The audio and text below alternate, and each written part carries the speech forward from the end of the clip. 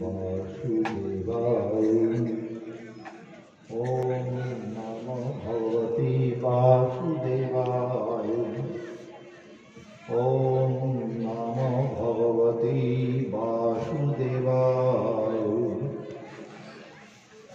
नष्टो प्रायेषु अभद्रेषु नित्यं भगवतो सेवया। भगवत्यायुत्तमश्लोकी भक्तिर्भवति नैष्ठिकी।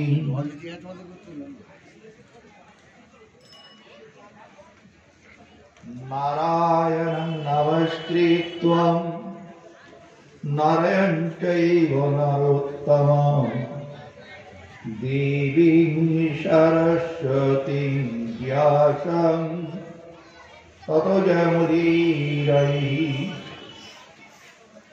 ॐ यस्य स्मरणमात्रेण ज्ञानमुत्पद्यते स्वयं स एव सर्वसम्पन्नः तस्मै श्रीगुरवे नमः। ॐ वन्दे ब्रह्म शिवयाराध्यं पञ्चतत्त्वस्वरूपिणं श्रीहरिपुरुषं वन्दे श्रीजगद्बन्धुसुन्दरम्। वन्देऽहं परमानन्दं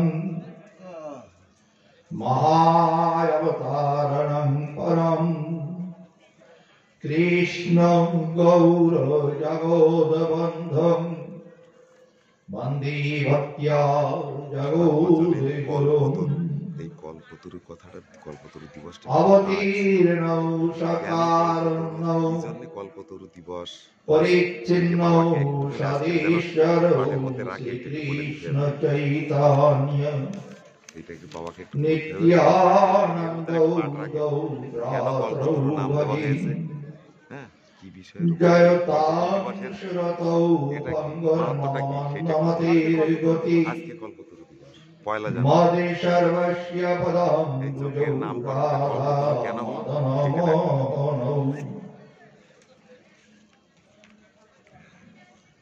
বৃন্দাবৈ তুলসী দেব্যৈ প্রিয়ায় কেশবস্য চ কৃষ্ণ ভক্তি প্রদে দেবী সত্যাবত্তৈ নমো নমঃ।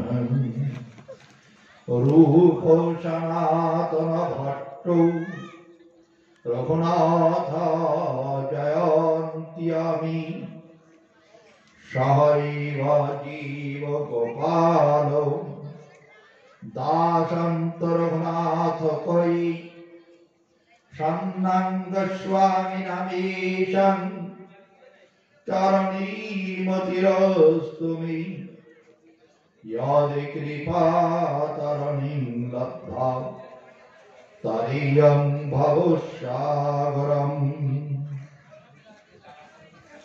वञ्चाकल्पतरुभ्यश्च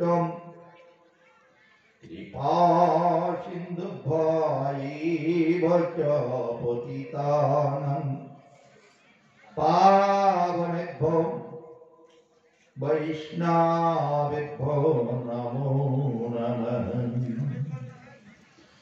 जय जय सकल भक्त श्रोतार करी चरण बंदन शक्ति देह वर्णिजेन भगवत कीर्तन। हरे कृष्ण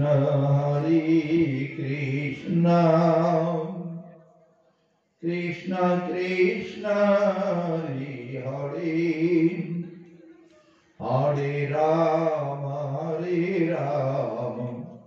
राम राम हरे हरे।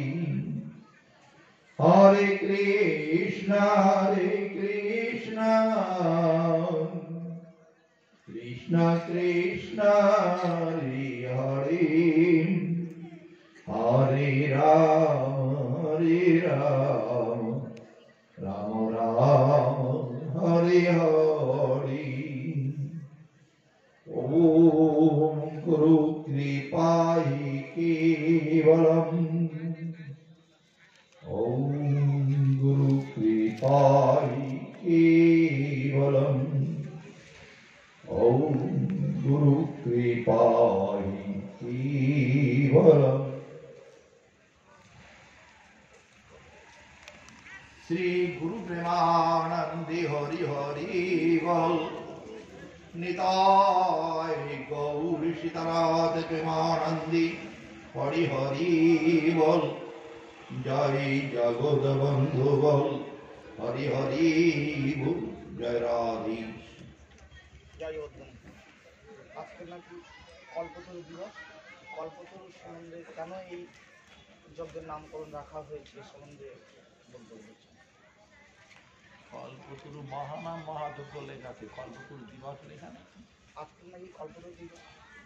হ্যাঁ, ওটা বলছি।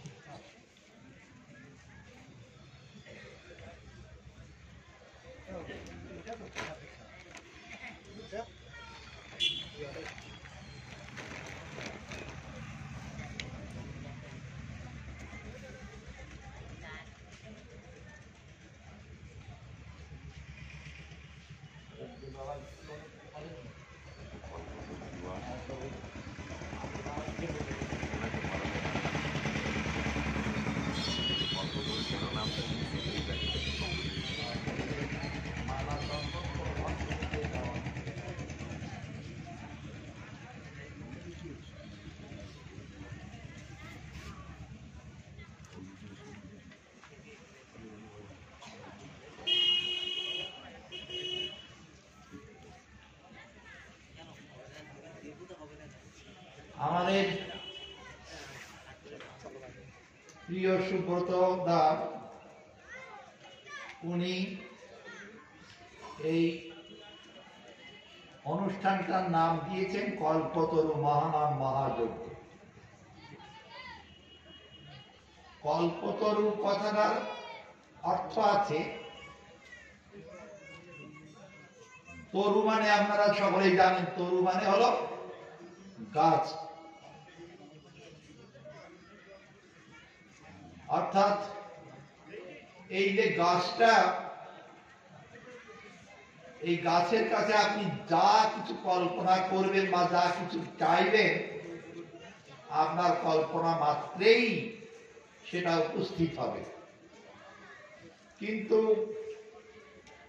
যারা সংযত চিত্ত নয়, সংযত আত্মা নয়, কল্পতরু তাদের কাছে ক্ষতিকারক হয়। কি করে? রামকৃষ্ণের কথামৃত থেকেই একটা ঘটনা বলি।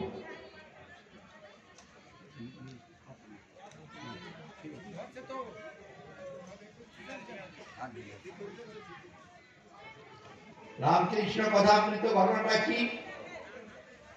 কোন একটা লোক রাস্তা দিয়ে যাচ্ছে, যেতে যেতে যেতে যেতে ক্লান্ত হয়ে গেছে। ক্লান্ত হয়ে কোন একটা গাছতলায় বিশ্রাম করছে। বিশ্রাম করতে করতে তার মনে হলো, কি কষ্ট, আর পারি না, খিদেতেও পেট চুই চুই করে, অর্থাৎ এখন কিছু খেতে পারলে ভালো হতো। মনে করতেই সেখানে বেশ সুন্দর সুন্দর খাবার তার সামনে চলে এলো। বাহ, বেশ তো, এত সুন্দর খাবারগুলো আমার সামনে চলে এসছে, বেশ আরাম করে খেয়ে নিল। এইবার খাবারগুলো খাওয়ার পরে তার মনে হলো,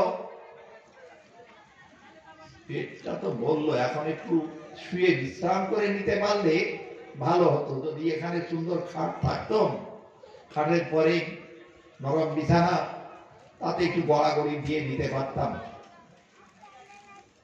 মনে করতেই সুন্দর খাট এবং নরম বিছানা তাতে চলে এলো, আর তাতে সে বেশ গলাগলি দিচ্ছে, আরাম করছে, একবার এদিক একবার সেদিক করছে। এইবার কিছুক্ষণ এইভাবে চলার পর মনে করছে, ও এখন যদি বেশ সুন্দরী রমণী কয়েকটা থাকতো, আমার পদসেবা করতো, অঙ্গ সেবা করতো, তাহলে আনন্দ হতো বেশি। বলতেই সুন্দরী রমণীরা এলো, আর তারা বেশ সেবা করছে। এই এত কিছু বলছি আর এসে যাচ্ছে, এখন যদি একটা বাঘ আছে তাহলে কি হবে। আর বলতেই একটা বাঘ চলে এলো আর হালুম করে তাকে নিয়ে চলে গেল। তাহলে বুঝতে পারলেন এই কল্পতরু তার পক্ষে কি হলো, কল্যাণের হলো না বিপদের হলো? বিপদের হলো। কেন? সংযত না হলে পরে কোন তরুই কাজে আসবে না, আর সংযত হলে পরে সব তরুই কাজে আসবে। কল্পতরু এই যে এটা স্বর্গে আছে বা অনেক জায়গায় শোনা যায় এই কল্পতরু আছে। কল্পতরু, কামধেনু, এরকম কামধেনু অনেকের ছিল আগে। ভরদ্বাজ মুনির ছিল, ভরদ্বাজ পরশুরাম, পরশুরামের বাবার নাম কি ছিল? পরশুরামের বাবার ছিল এই কামধেনু। এই নিয়ে কার্তবীর্যার্জুনের সাথে বিবাদ হলো, আর তার জন্যই পরশুরাম 21 বার নিক্ষত্রিয় করলেন যাবতকে। এমনি ভাবে আমরা দেখতে পাই পরশুরামের বাবা একজন মহামুনি। তিনি এই কামধেনুকে যথাযথ ব্যবহার করতে পারতেন, তেমনি তার ছেলেরা, কার্তবীর্যার্জুনের ছেলেরা অসংযত। কার্তবীর্যার্জুন নিজেও অসংযত হয়ে গেছিল। তার পরিণাম তাদের সব অংশে মৃত্যু তো হলেই, তার জন্যই 21 বার পৃথিবী নিক্ষত্রিয় করলেন পরশুরাম। ফলে এ তো বিপদই হলো।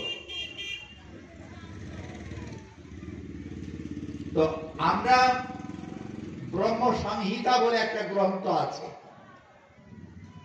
এই ব্রহ্ম সংহিতা গ্রন্থটা স্বয়ং ব্রহ্মাজির লেখা। এই গ্রন্থে মোট 100টা অধ্যায় ছিল। তার মধ্যে এখন কেবলমাত্র 5ম অধ্যায়টা পাওয়া যায়।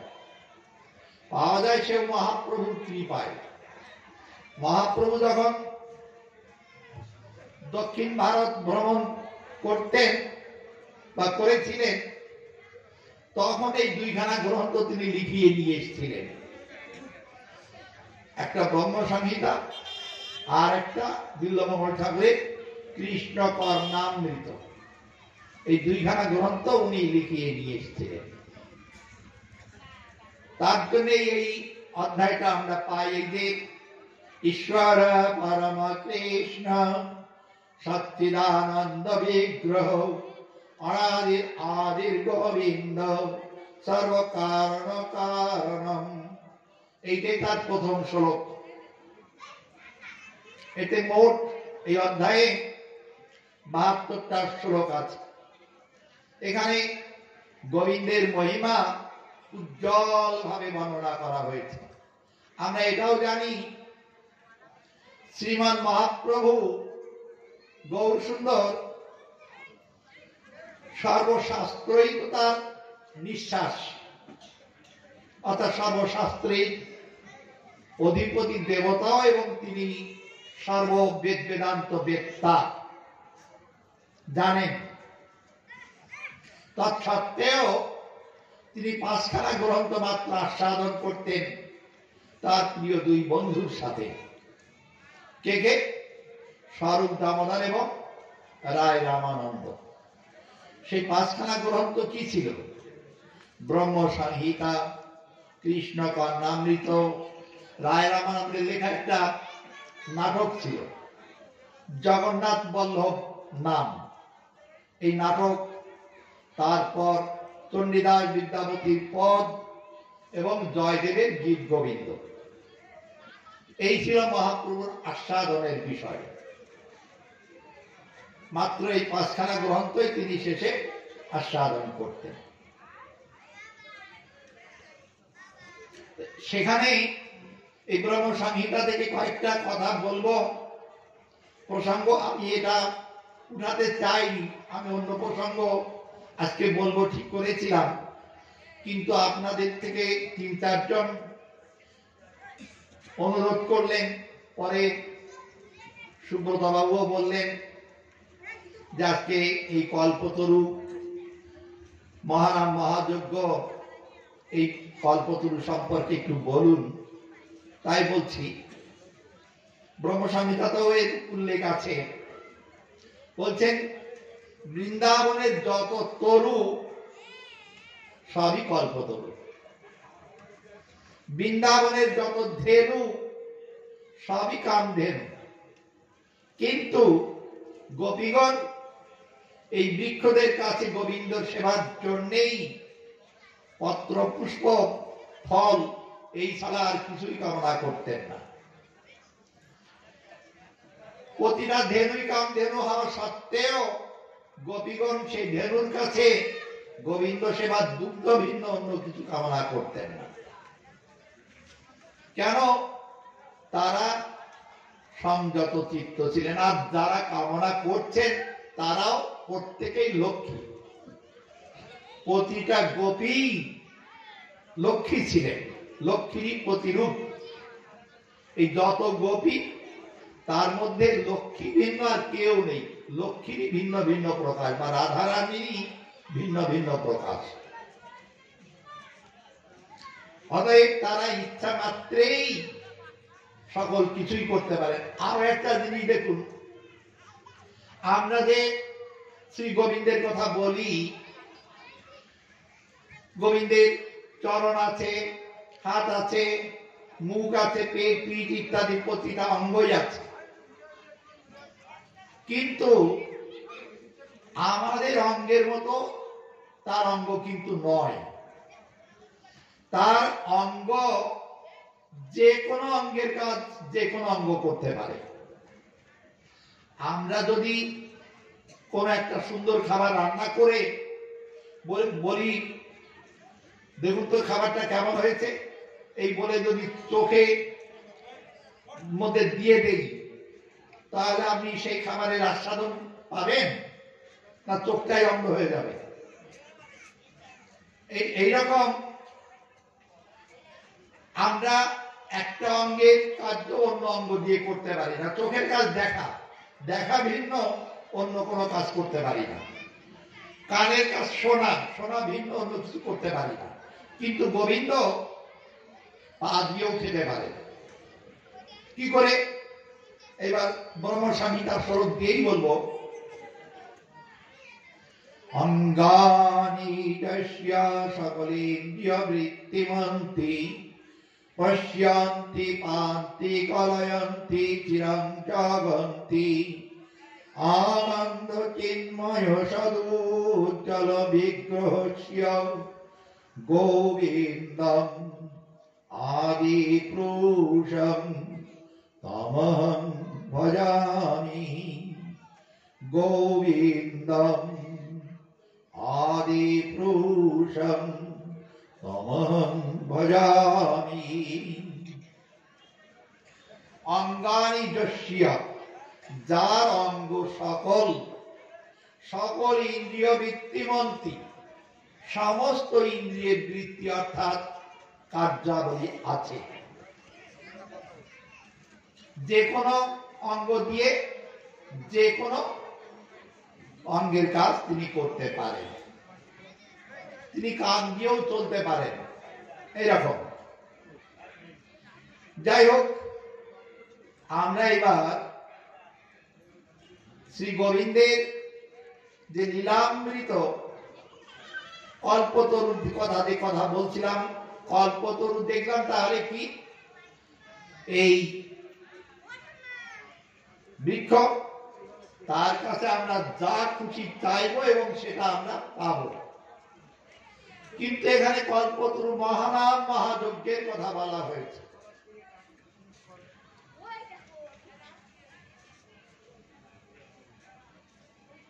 মহাযজ্ঞ, সত্যি মহাযজ্ঞ। কেননা আমরা গীতার মধ্যে এবং অন্যান্য শাস্ত্রের নানাবিধ যজ্ঞের কথা দেখি, কিন্তু এই কলিযুগে একমাত্র এই মহাযজ্ঞ অর্থাৎ মহানাম মহাযজ্ঞই হল সার। এই কথা মহাপ্রভু বলছেন চৈতন্য চরিতামৃতে, সেই তো সুমেধা, সেই তো সুমেধায়ার কুবুদ্ধির সংসার, সর্বযজ্ঞ হইতে কৃষ্ণ নাম যজ্ঞ সার। মেধা, মেধা কি? মেধা হলো বুদ্ধি। কেমন বুদ্ধি? ভালো বুদ্ধি, বদ বুদ্ধি না, সুবুদ্ধি। সুবুদ্ধি কিসে হলো? যারা এই কৃষ্ণ নাম যজ্ঞকে সার করলে। আমরা এই নাম যজ্ঞের কথা এর আগের দিন আলোচনা করেছিলাম, চেতনার প্রমাজ্জনম শ্লোকটা বলতে দিয়ে। তো সেখানে আমরা দেখেছি এই নামের মধ্যে তিনি এইবার সমস্ত শক্তি অর্পণ করে রেখেছেন। অতএব অন্য কোন কাজ যদি আপনি করেন এই নাম যজ্ঞ ছাড়া, ভগবানের নাম লীলা কীর্তন এইগুলো ভিন্ন, যদি আপনি অন্য কোন কাজ করেন, তুষ চেনেন তো? তুষ, তুষ বলে কাদের? যে ধানগুলোর মধ্যে চাল থাকে না সেইগুলোকেই তো তুষ বলে। ধানের মতো দেখতে, অথচ ওর মধ্যে কোনো চাল নেই, শস্য নেই, সেইগুলোকেই বলে তুষ। তো ওগুলোকে আলাদা করার জন্য কৃষকরা কি করে? হাওয়া দিয়ে ওগুলোকে আলাদা করে দেয়। হাওয়া দিয়ে আলাদা করে দিল, ওইগুলো আপনি বস্তায় ভরে রেখে দিয়েছে, বা এক বস্তা ধান পেয়ে গেছি মনে করে আপনি নিয়ে চলে গেলেন এবং সারা রাত ধরে ঢেকিতে মাড়াই করলেন। কত চাল পাবেন তাদের? একটা চালও পাবেন না, কেননা ওর মধ্যে তো চাল নেই, ও তো তুষ। তাহলে দেখা গেল আপনার পরিশ্রমই সার হল। ঠিক তেমনি ভাবে আপনি যদি এই কলিযুগে নাম যজ্ঞ ছাড়া, নাম হরি নাম ছাড়া, হরি কথা ছাড়া অন্য কিছু করেন, আপনার পরিশ্রমই সার হবে, তাদের কাছে কিছু হবে না, লাভ হবে না। এই জন্য বললে কৃষ্ণ নাম যজ্ঞ পাবে। আর এই নামের মধ্যে যেহেতু সর্বশক্তি দেওয়া আছে, এই জন্য এই নামই আপনার কাছে কল্পতরু হয়ে দেখা দেবে। এই নামের কাছে আপনি যা চাইবেন তাই পাবেন। নামের এত শক্তি, আপনার যে কোনো কামনাকে এই নাম পূরণ করতে পারবে। এই জন্য বললেন হরের নামই কেবলম। আমরা 5টা কথা বলেছিলাম গতদিন পঞ্চসঙ্গের কথা, তার মধ্যে ভাগবত শ্রবণ একটা ছিল। ভাগবতে কি আছে? কৃষ্ণ লীলার কথা বর্ণনা করা আছে। কৃষ্ণ লীলা করলেন কেন? তার লীলা করার দরকারটা কি ছিল? তার লীলা করার কারণও ভাগবত বলছেন। অনুগ্রহায় ভক্তানাং মানসিন্তনমাশ্রিতম। তিনি ভক্তদের অনুগ্রহ করবেন। তার জন্য কি করছেন? ভজতে তাদৃশিকিরা মানসিন্তনমাশ্রিতা, মানুষের দেহ ধারণ করে সেই সব লীলা করছেন। ভজতে তাদৃশিকিরা, এই তার সমস্ত খেলাই হলো লীলা।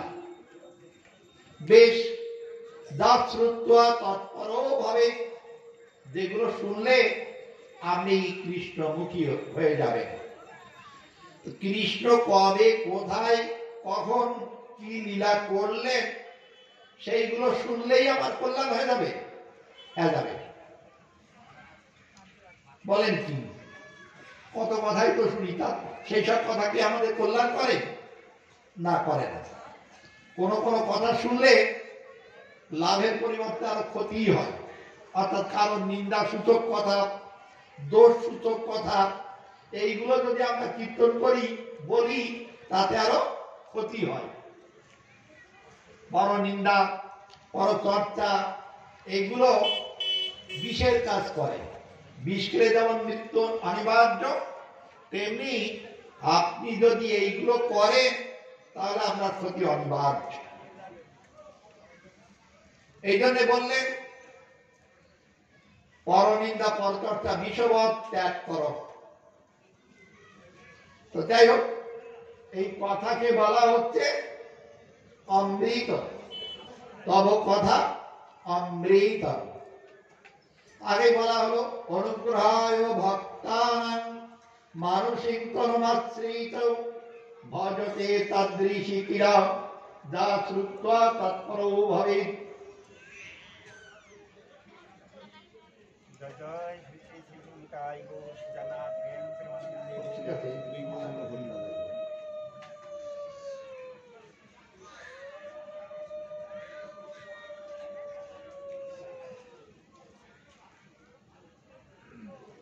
এই মালাটাই দিনে প্রসাদ মালাটা।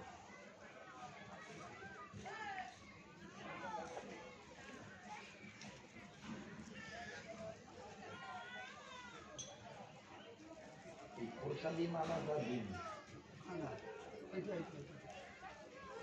এটা সব ভাগবতে দেওয়া আছে, শুধু একটু পড়ালেই হবে। চন্দন ইত্যাদি সব লাগানো আছে।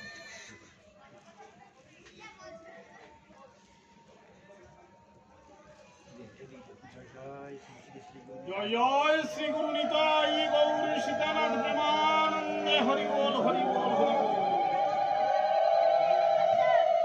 এই জন্য বলা হলো অনুগ্রহায় ভক্তানাং মানসিক কর্মাশ্রিতং ভজতে তাদৃশী ক্রীড়া যা শ্রুত্বা তৎপরো ভবেৎ।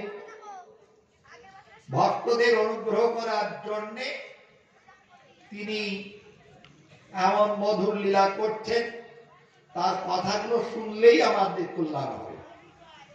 এখন প্রশ্ন হলো, তিনি কবে, কোথায়, কখন কি লীলা করলেন, আর সেই কথাগুলো শুনবো, তাতে কল্যাণ হয়ে যাবে? হ্যাঁ, হবে। কি করে? কি করে? তার কথা কথা মাত্র নয়, তার কথা কেমন? অমৃত। তব কথা অমৃতং তত্ত্ব জীবনং কবিভিরিতং কল্পশপহং শ্রবণ মঙ্গলং শ্রীমদাততং ভুবি গৃণন্তি বুরিদা জনঃ। অর্থাৎ তোমার কথা হলো অমৃত। আমরা আরো একটা অমৃতের কথা জানি। কোন অমৃত? দেবতা এবং অসুররা মিলে সমুদ্র মন্থন করেছিলেন। সেই সমুদ্র মন্থন করার পরে অমৃত উঠেছিল, এবং সেই অমৃত দেবতারা পান করে অমর হয়েছে। দেবতারা সেই অমৃত খেয়ে অমর হয়েছেন ঠিকই, কিন্তু দুঃখ দেয়। দেবতাদের প্রচুর দুঃখ আছে, আর মাঝে মধ্যেই তারা শরণার্থী হয়ে যায়। শরণার্থী হয়ে যায় মানে অর্থাৎ স্বর্গের থেকে তাদের তাড়িয়ে দেয়। যেমন তারকাসুর, মহিষাসুর, রাবণ ইত্যাদি বহু অসুররা স্বর্গের থেকে দেবতাদের তাড়িয়ে দিয়েছিল না।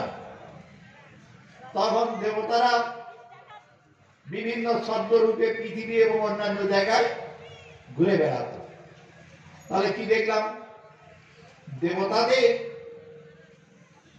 অমৃত খেয়ে অমর হলেও তাদের দুঃখ যায় না, দুঃখ আছে। কিন্তু এই নাম বা কথা যদি আপনি আশ্রয় করেন তাহলে কি হবে,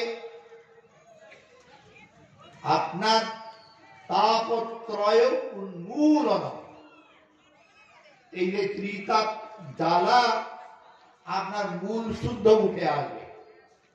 যেমন মনে করুন এই যে মাঠে ঘাস আছে, এই ঘাসগুলো যখন বৃষ্টির জল পাবে তখন আরো বেড়ে যাবে, অনেক বড় হয়ে যাবে। যদি আপনি এগুলা থেকে কেড়ে দিয়েছেন আবার বাড়বে কি করে, মূল আছে তো, এই মূল থাকার জন্যে এগুলো আবার বাড়তে পারবে। কিন্তু মূল যদি উঠিয়ে দেন তাহলে আর বাড়তে পারবে না। এই জন্য বললে যে তুমি যদি এই ভাগবত শোনো তোমার ত্রিতাপ জ্বালার মূল শুদ্ধ উঠে যাবে। কেন, ধর্ম প্রজ্জিত কৈতমাত্র নির্বাচনাং শতাং, এই কথাটা যারা নির্মৎসর অর্থাৎ মাৎসর্য রহিত সেই সাধুরাই এই কথার বর্ণনা করেন। মাৎসর কি, বহু লোক আছে দেখবেন আপনি কিছু কাজকর্ম করে বেশ ভালো সুখী হয়েছে, কিন্তু আর 10 জনের এটা পছন্দ নয়, আপনাকে হিংসা করে। দেখো দেখো এই আমুল ফুলে কলা গাছ হয়ে গেছে, কি করে হলো, নিশ্চয়ই ভাব কোনো খারাপ কাজ করেছে, কোন 2 নম্বরের কাজ আছে, এইরকম বলবে, হিংসায় চলে। একটা ঘটনা বলি এই মাৎসর্য সম্পর্কে। আপনারা সার্বভৌম ভট্টাচার্যের কথা জানেন। সার্বভৌম ভট্টাচার্য বিশাল পণ্ডিত ছিলেন। এই যে দর্শন শাস্ত্রের যত বই আছে সমস্ত দর্শন তিনি মুখস্থ করে এসেছিলেন মিথিলা থেকে।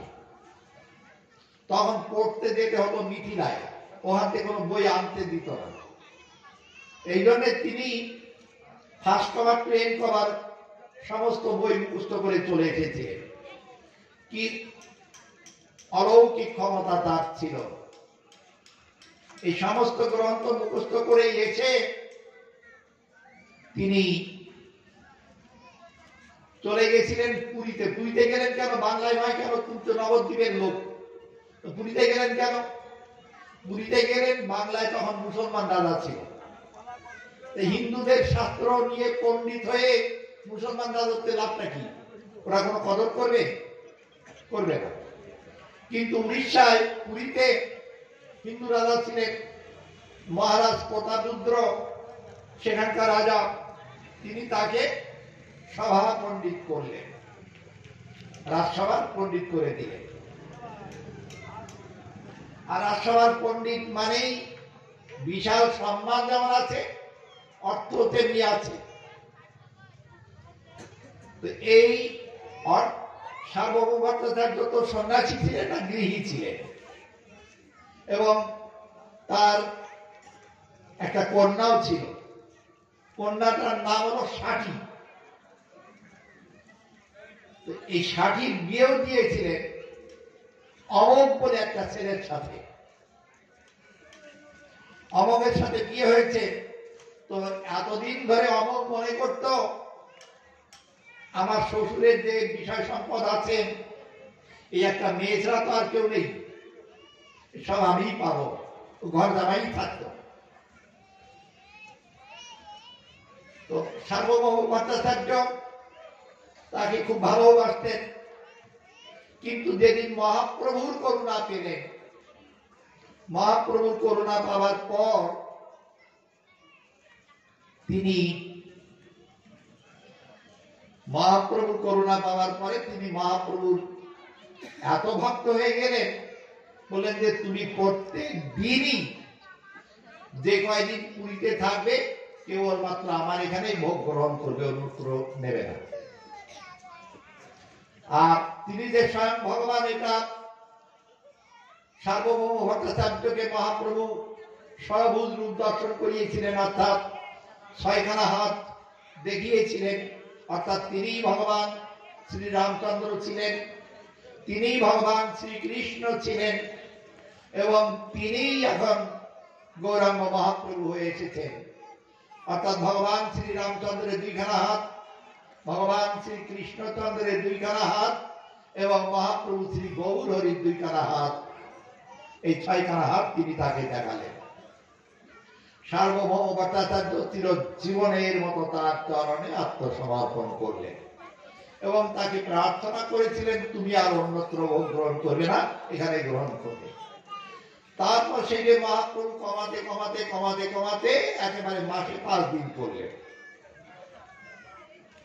5 দিন তার ওখানে ভোগ গ্রহণ করতেন, আর নানান রকম সুন্দর সুন্দর খাবার ঘরে তৈরি করতেন, আর জগন্নাথের মন্দির থেকেও সুন্দর সুন্দর প্রসাদ এনে মহাপ্রভুকে দিতেন। এইতে তার জামাইয়ের সহ্য হতো না। ও মনে করতো, যা বাবা, আমার স্নেহে ভাগ বসিয়ে দিল এখন ওই সন্ন্যাসী, এই সব সম্পত্তি আমি পেতাম, আমি খেতাম, এখন এই সন্ন্যাসী সব দখল করে নিল রে। তো আড়ালে আড়ালে নিন্দা করত। একদিন সার্বভৌমে কানে গেলে তখন তিনি বললেন, শোন, আমি যখন মহাপ্রভুকে সেবা দেব তার ধারে কাছে তুই যাবি না, যদি যাবি তো পিটিয়ে দেব। এমনি করে শাসিয়ে দিলেন, কিন্তু ও সুযোগ খুঁজতে লাগলো। এরকম সুযোগ খুঁজতে খুঁজতে একদিন সুযোগ পেয়ে গেল, আর সার্বভৌম ভট্টাচার্য লাঠি নিয়ে বসে থাকতেন যাতে তার জামাই ঢুকতে না পারে। তাহলে কেমন জামাই দেখতে পাচ্ছে, শ্বশুরকে লাঠি নিয়ে বসে থাকতে হয়। তার শ্বশুর মশাই যে লাঠি নিয়ে বসে আছেন, এখন এখানে কথা বলো না, ওখানে রাখো, রেখে চলে যাও, চুপচাপ আসবে, রেখে চলে যাবে। এখন এই কথা বললে পাঠের অসুবিধা হয়, আপনারা বলে দেবেন ইশারায় যে ওখানে রাখো, প্রণাম করো, চলে যাও, ঠিক আছে? ওরে ছায়ের পরে রাখে নাকি?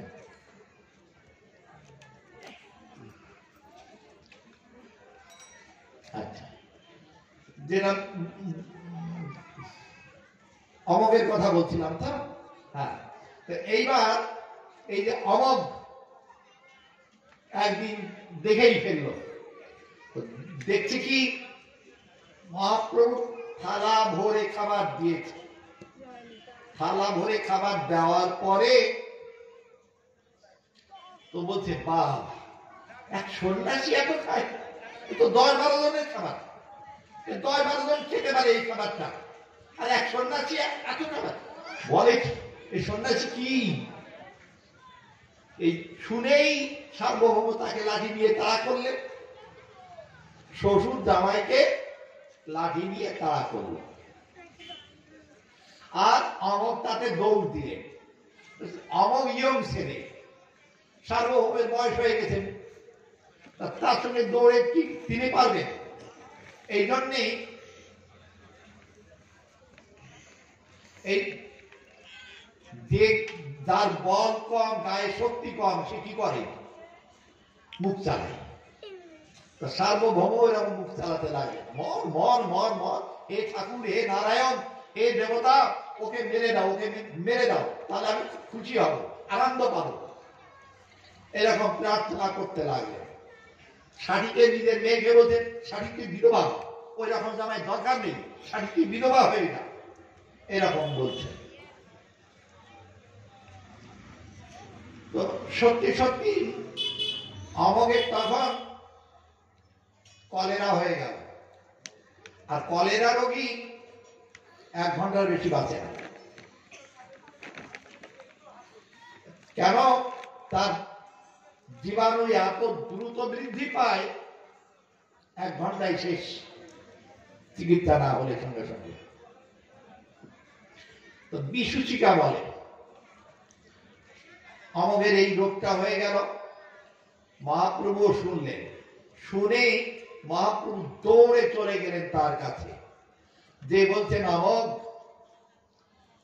ব্রাহ্মণ শরীর তোমার, কৃষ্ণ বসার উপযুক্ত স্থান, নম ব্রহ্মণ্য দেবায় গো ব্রাহ্মণ হিতায় চ।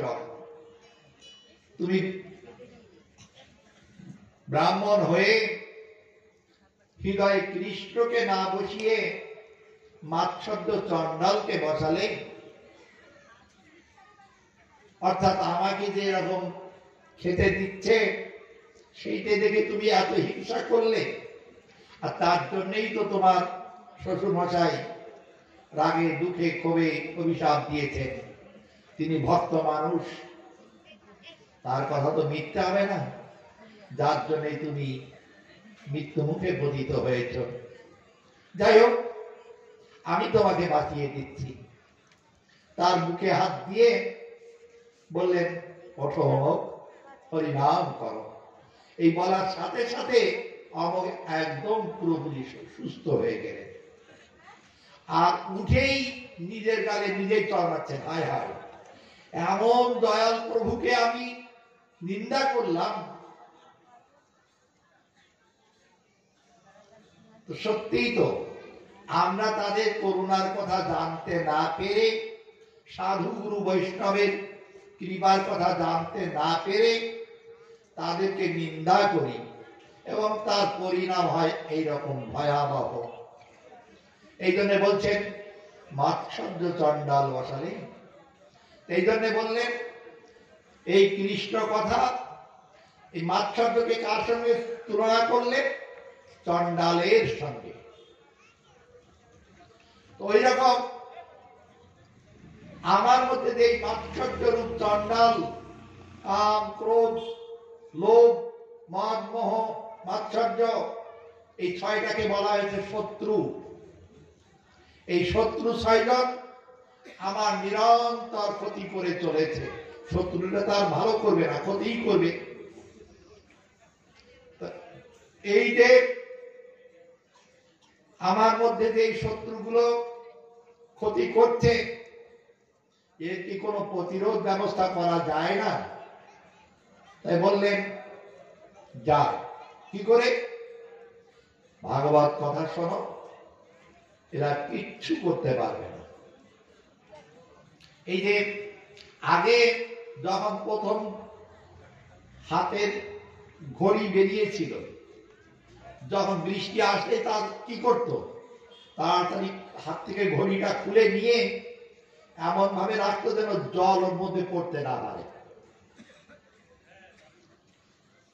এখন ওই ঘড়ি হাতে দিয়ে নদীতে, পুকুরে, জলে সাঁতারও কাটে। এখন কিছু হয় না কেন? এখন ঘড়ি করে দিয়েছে ওয়াটার প্রুফ। এই ওয়াটার প্রুফ ঘড়ি হাতে দিলে জলে কিছু হয় না। তেমনি ফায়ার প্রুফ, বুলেট প্রুফ, এরকম নানান রকম প্রুফ আছে, অর্থাৎ কিছু করতে পারবে না। আপনি একটা জ্যাকেট আছে বা জামা আছে, সারা গা মাথা ঢাকা, ওই জামা পরে যদি আপনি আগুনের মধ্যে যান, যারা ফায়ার ব্রিগেডে কাজ করে তাদের অনেকে থাকে, কিচ্ছু করতে পারবে না, আগুন আপনাকে জ্বালাতে পারবে না। তারপর বুলেট প্রুফ, যদি কেউ গুলিও চালায়, ওই জামাটা গায়ে থাকলে ওই বুলেট আপনার গায়ে লাগবে না। গায়ে লাগবে মানে ভেদ করতে পারবে না, বুলেটটা ওই জ্যাকেটটা ভেদ করে আপনার শরীরে স্পর্শ হবে না। কি করে? ওই ওখানেই ঠেকিয়ে দেবে, বাঁচিয়ে দেবে। তো তেমনি এই ত্রিতাপ জ্বালা প্রুফ হলো ভাগবত কথা। আপনি যদি এই ভাগবত কথা শোনেন, তাহলে আপনার এই ত্রিতাপ জ্বালা আর থাকবে না। এই জন্য বললেন, কিন্তু শুনতে হবে কাদের কাছে? নির্মৎসরান সদান, সেই সব সাধুর মুখে শুনতে হবে যাদের মধ্যে এই কাম ক্রোধ লোভ মোহ মৎসর্যাদি নেই। এদের মুখে শুনতে হবে, যাত্রার মুখে শুনলে হবে না। সাধুর মুখে, সাধু মুখে হরি কথা, এদের মুখেই শুনতে হবে, তা নাহলে কাজ হবে না। যেমন মনে করুন লোহা যদি কাদা মাখানো থাকে তো চুম্বকের সামনে নিলেও ওই লোহাকে চুম্বক আকর্ষণ করবে কি? করবে না। ঠিক তেমনি ভাবে যার মুখে হরি কথা শুনবো সে যদি নিজেই ঠিক না থাকে তার মুখে হরি কথা শুনেও লাভ নেই।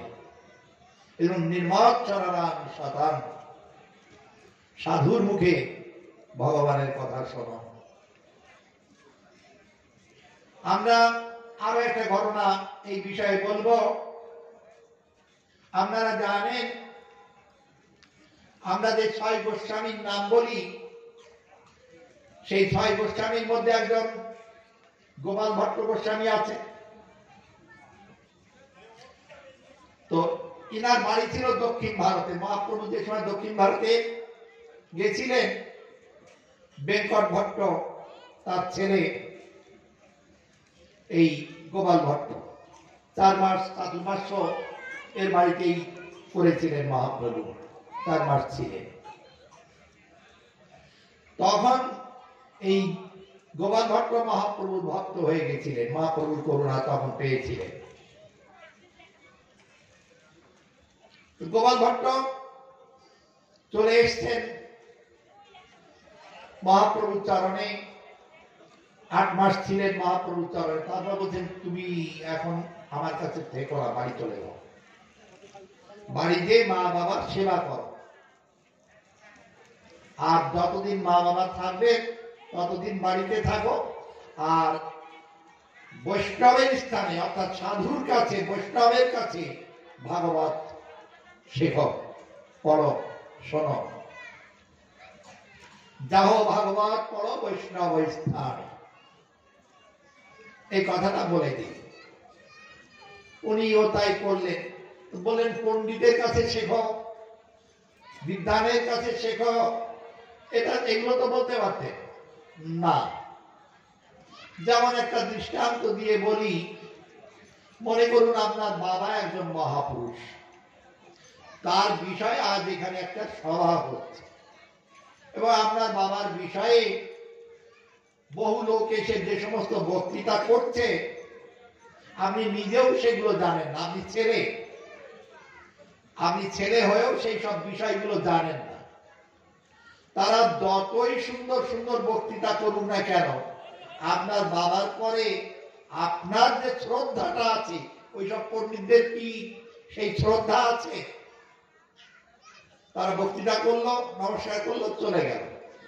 আপনি ছেলে, আপনার যে শ্রদ্ধা, সেই শ্রদ্ধা ওদের কোথায়? ঠিক তেমনি ভাবে ভক্তের যে শ্রদ্ধা, ভগবানের প্রতি যে ভালোবাসা, সেই ভালোবাসা অন্যের কোথায়? এই জন্যই বললেন ভক্তের কাছে ভাগবত শোনো, অন্যের কাছে। শুনলে কি হবে? নির্মৎসরান সদান, এই শুনলেই তাপত্রয় উন্মূলন। আর কি হবে? সদ্যায় অবরুদ্ধ তত্র, আপনার হৃদয়ে ভগবান অবরুদ্ধ হয়ে যাবে, অর্থাৎ বন্দী হয়ে যাবে। তখন আপনার ভগবানের প্রতি এত ভালোবাসা আসবে, তখন আপনার হৃদয় ছেড়ে ভগবান আর অন্যত্র যাবেন না, আপনার হৃদয়েই ভগবান থাকবেন। এই জন্য বললেন সাধুর কাছে শোনো। আর একটা গল্প বলি, শুনুন। কোন এক রাজা ঘোষণা করে দিলেন মহারাজ পরীক্ষিত 7 দিন ভাগবত শ্রবণ করে ভগবানের চরণ লাভ করলেন। আমাকে কি এরকম 7 দিন ভাগবত কেউ শুনিয়ে ভগবানের চরণ লাভ করাতে পারবে? যদি পারে, আমি তার আমার রাজ্যের অর্ধেকটা এবং আমার মেয়ের সঙ্গে তার বিয়ে দেব। ঘোষণা করে দিলে। এইবার প্রত্যেক দিন বহু পাঠক আসে তাকে ভাগবত শোনাবার জন্য, কিন্তু রাজার তো মনের পরিবর্তন হয় না, যেমন অবস্থা তেমনি থাকে। শেষে রাজা বলছেন যে তো আমার ক্ষতি হয়ে যাচ্ছে, আমার ওদিকে রাজকার্য হচ্ছে না, এদিকেও কোনো কাজ হচ্ছে না। তারপর বলে দিলেন, শোনো, এইভাবে আমার ক্ষতি করতে এসো না, যে পারবে কেবলমাত্র সেই এসো, আর যদি না পারো তাহলে আমি কিন্তু তার জেলের মধ্যে ঢুকিয়ে দেবো, আর জেল থেকে কিন্তু ছাড়বো না। তবুও লোভের বশবর্তী হয়ে অনেকে আসে ভাগবত কথা শ্রবণ করার জন্য। শেষে রাজার জেল ভরতে ভরতে প্রায় পুরোটাই জেল ভরে গেল। তারপর একজন সাধু এসে বলছে, মহারাজ, আমি আপনাকে ভাগবত শোনাবো। বলছেন, তুমি আমার শর্ত জানো? জানি। তাতে তুমি রাজি আছো? হ্যাঁ, রাজি। এই একে আমার জেলটা একটু দেখিয়ে নিয়ে তো ভাগবত পাঠকদের, যারা জেলে আছে, যে দেখে জেলে প্রচুর ভাগবত পাঠক বন্দী হয়ে আছে। দেখেছ? হ্যাঁ, দেখেছি। তারপরে তুমি আমাকে শোনাতে চাও? হ্যাঁ, চাই। তবে আপনি যেমন শর্ত দিয়েছেন, আমিও তেমনি শর্ত দেব। কি শর্ত? আমি যা বলবো আপনাকে তাই করতে হবে, আমার কিন্তু কোনো প্রশ্ন করতে পারবেন না। আমি যা বলবো আপনাকে তাই করতে হবে। যদি রাজি থাকেন আমি শোনাবো। ঠিক আছে, আমি রাজি। বলো কি করতে হবে? তাহলে কিছু দড়ি নিয়ে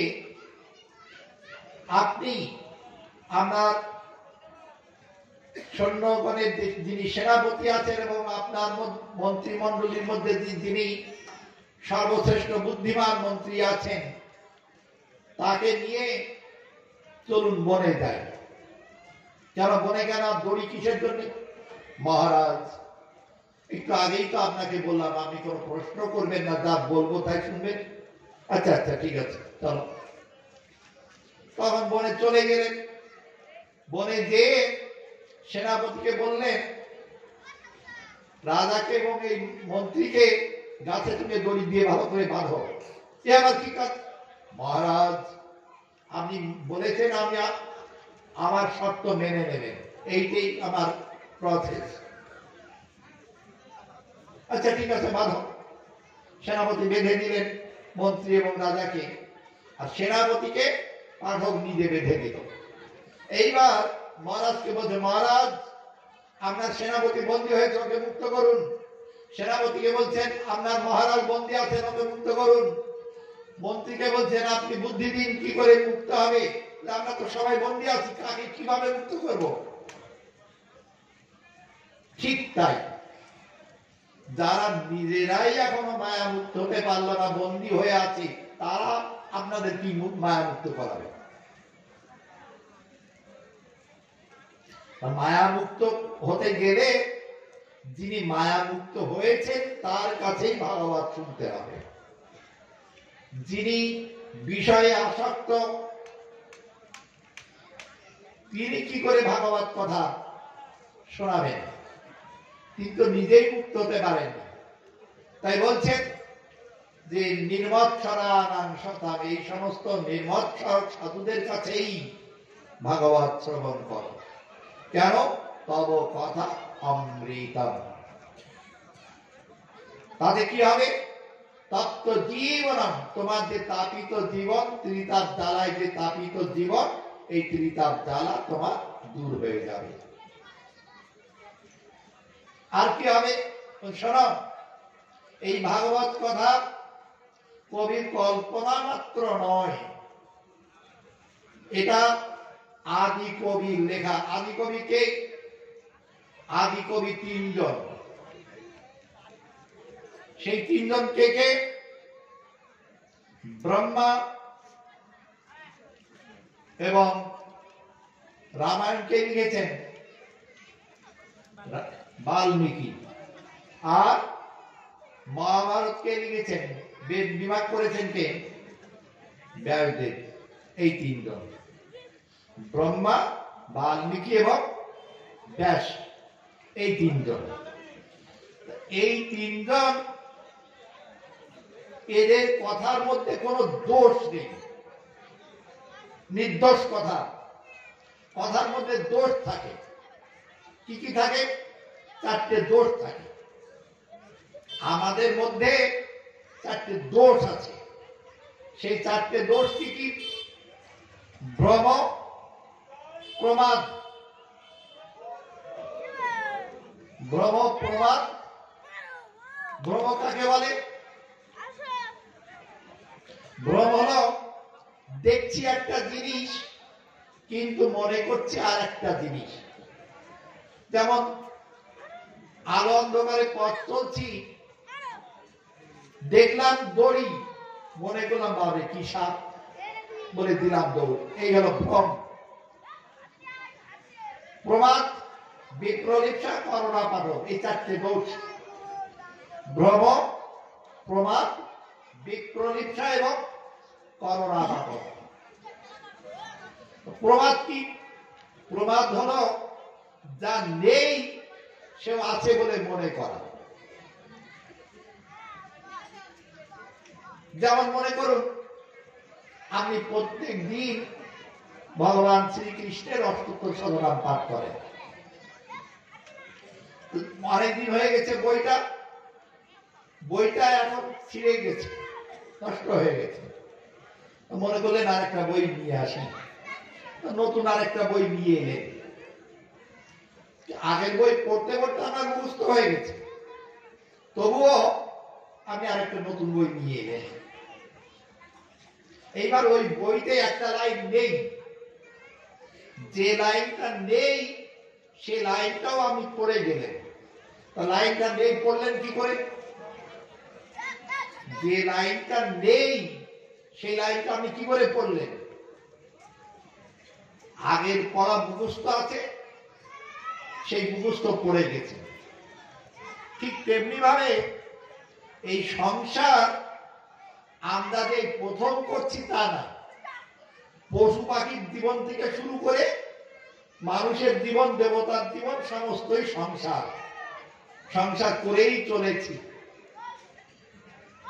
তো এই সংসার আমাদের এত মজ্জাগত হয়ে গেছে, সংসার না করে থাকতে পারি না। একজনের বাবা বলছে তার ছেলেকে, বাবারে এই সংসারের মধ্যে কিছু নেই, তুই বিয়ে করিস না, একেবারে ফকিকার, বিয়ে করিস না, সংসার একদম কিছু নেই ওর মধ্যে। ঠিক আছে বাবা, এই কথাটা আমি আমার ছেলেকে বলে যাব। কি বলল ছেলে? যে তুমি যে কথাটা আমার বললে সংসারের মধ্যে কিছু নেই, এই কথাটা আমি আমার ছেলেকে বলে যাব। তার মানে কি? সংসার করিস না, সংসারের মধ্যে কিছু নেই, এই কথাটা সে মেনে নিল না। ঠিক তেমনি ভাবে আমরা এই যে তোমার সংসার ধর্ম ইত্যাদি করি, দলিল বলি যে দেখো সংসারে কিছু নেই, আপনিও বলবেন আপনারাই ভালো আছে, সাধুদের দেখে বলছে সংসারে কি জ্বালা অশান্তি, এই ছেলেগুলোকে একটু সরান না।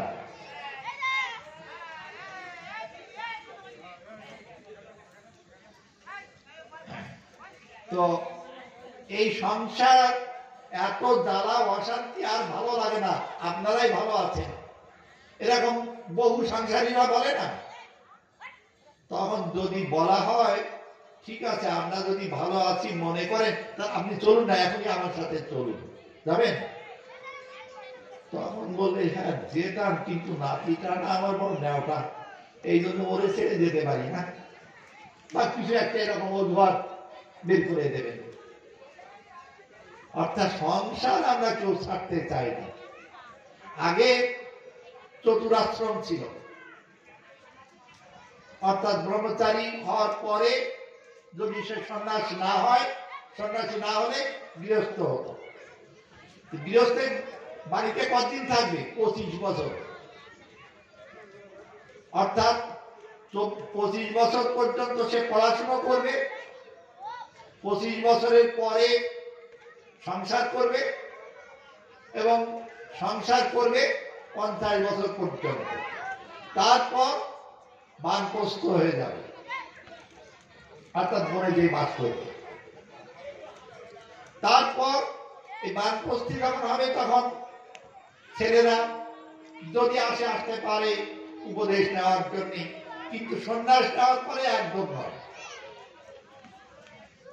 পুরোপুরি তখন উদাসীন থাকবে। কিন্তু এই বানপ্রস্থ এখন আর তো কেউ যায় না, সবাই বাড়িতেই থাকে।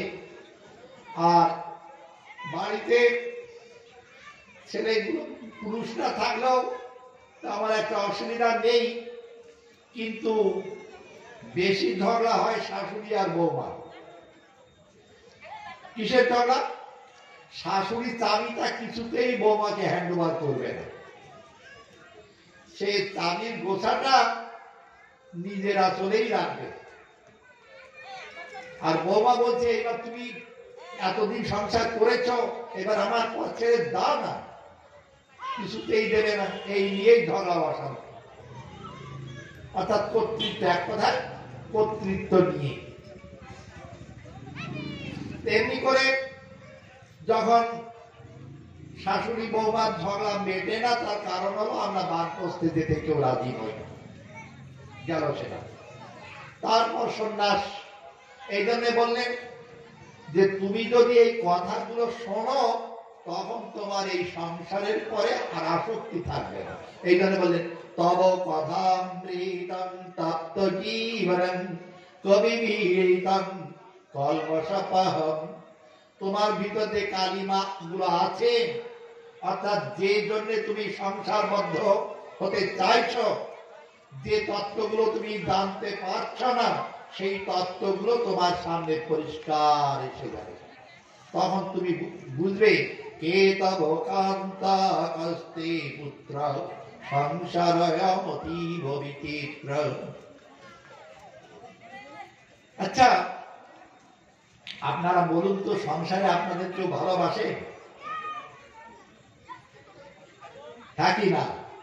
আপনাদের কাছে জিজ্ঞেস করছি, ভালোবাসে? হ্যাঁ, সবাই তো ভালোবাসে। ভালোবাসে, ঠিক আছে। আজকেই বাড়ি যাবে, বাড়িতে এইবার যে ঘরে ঢুকে পড়বে, ঢুকে তারপর বলবে যে যা বলবে করতে, পারবো না, করবো না। দেখুন তারপর কয়জন ভালোবাসে আপনাকে। যে যাই বলুন না কেন, তা আমাকে এখানে খাবার দিয়ে দাও, আমি কিছু করবো না।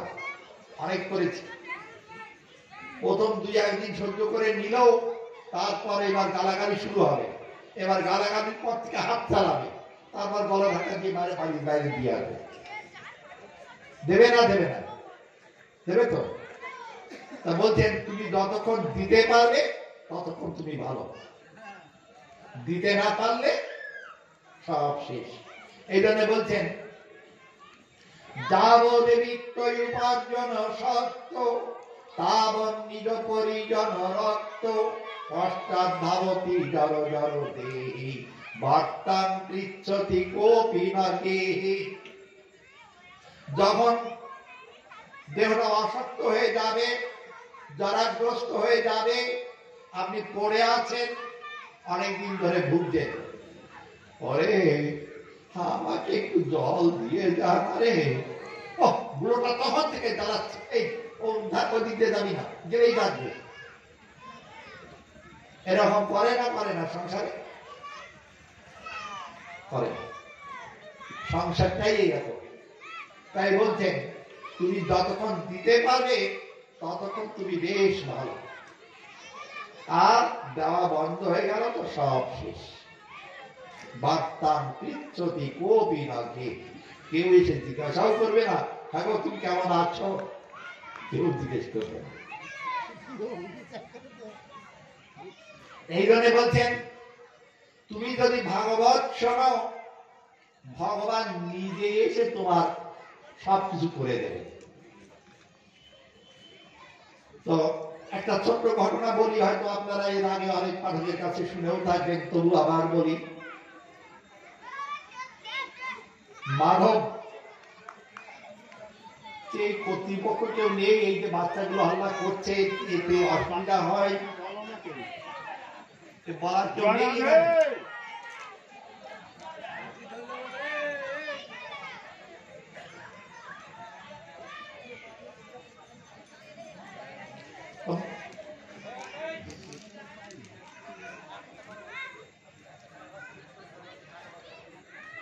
মাধব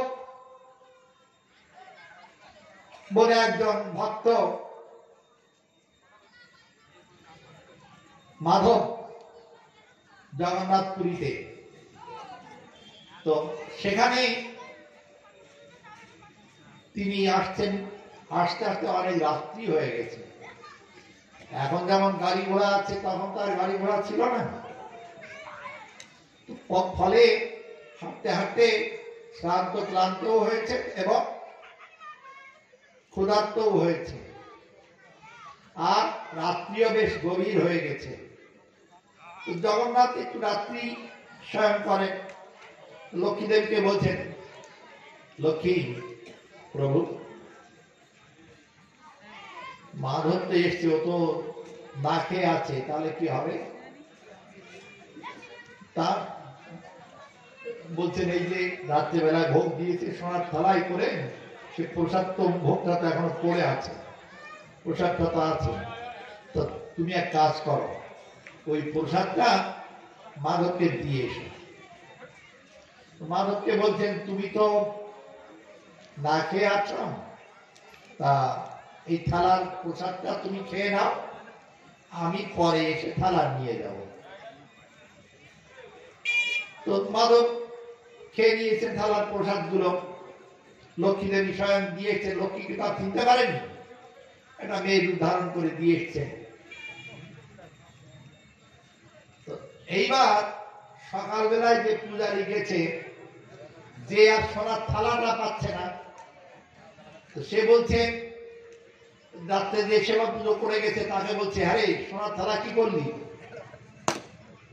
তখন বলছে, আমি তো রেখে গেছি। রেখে গেছিস? আমি তো সকালবেলায় এসে পেলাম না। তাহলে দেখ, তুই সকালবেলায় কোথায় সরিয়েছিস আমি জানি না, তুই জানিস না, তুই রাত্রে কোথায় সরিয়েছিস সেটা বল। এই নিয়ে ঝগড়া মারামারি আরম্ভ হয়ে গেল। তারপরে এই কথা চারদিকে রাষ্ট্র হয়ে গেল, আর ওদিকে মাধব তো রাস্তায় পড়ে আছে, সোনার থালাটা পরে ওর কাছে পেল। এই কথা সবাই জেনে গেছে, আর সেই সোনার থালাটা ওর কাছে, একটা রাস্তার লোকের সাধুর কাছে। ওর তো সোনার থালা কোথায় পাবে, একজন নিষ্কিঞ্চন সাধু। এইবার এই চোর বলে বেগম মার শুরু করে দিল। তখন বললো, দা জগন্নাথ, তুমি রাত্রে খাওয়ালে প্রসাদ আর দিনে খাওয়ালে পিটানি। রাত্রে বেলায় আমি ক্ষুধার্ত ছিলাম বলে তুমি আমাকে প্রসাদ খাওয়ালে, আর দিনের বেলায় কি করলে? এত লোকের পিটানি খাওয়ালে। সব তোমার ইচ্ছা, ঠিক আছে, যা তোমার ইচ্ছা তাই হবে। এখন দুপুর বেলায় জগন্নাথের ভোগ হয়েছে, কিন্তু জগন্নাথ যে ভোগ গ্রহণ করেন তার চিহ্ন থাকে। যিনি মূল পান্ডা তিনি ওই চিহ্নটা দেখতে পান। এইবার তিনি মন্দির দিয়ে দেখেন যে সেই চিহ্নটা নেই, তার মানে জগন্নাথ ভোগ গ্রহণ করেননি। জগন্নাথ ভোগ গ্রহণ করেননি, কি আর করা যাবে? তখন হতে দিয়ে পড়লেন, প্রভু কি অপরাধ হয়েছে বলুন, কেন আপনি ভোগ দিলেন না? আমাকে যেভাবে পিটিয়েছিস,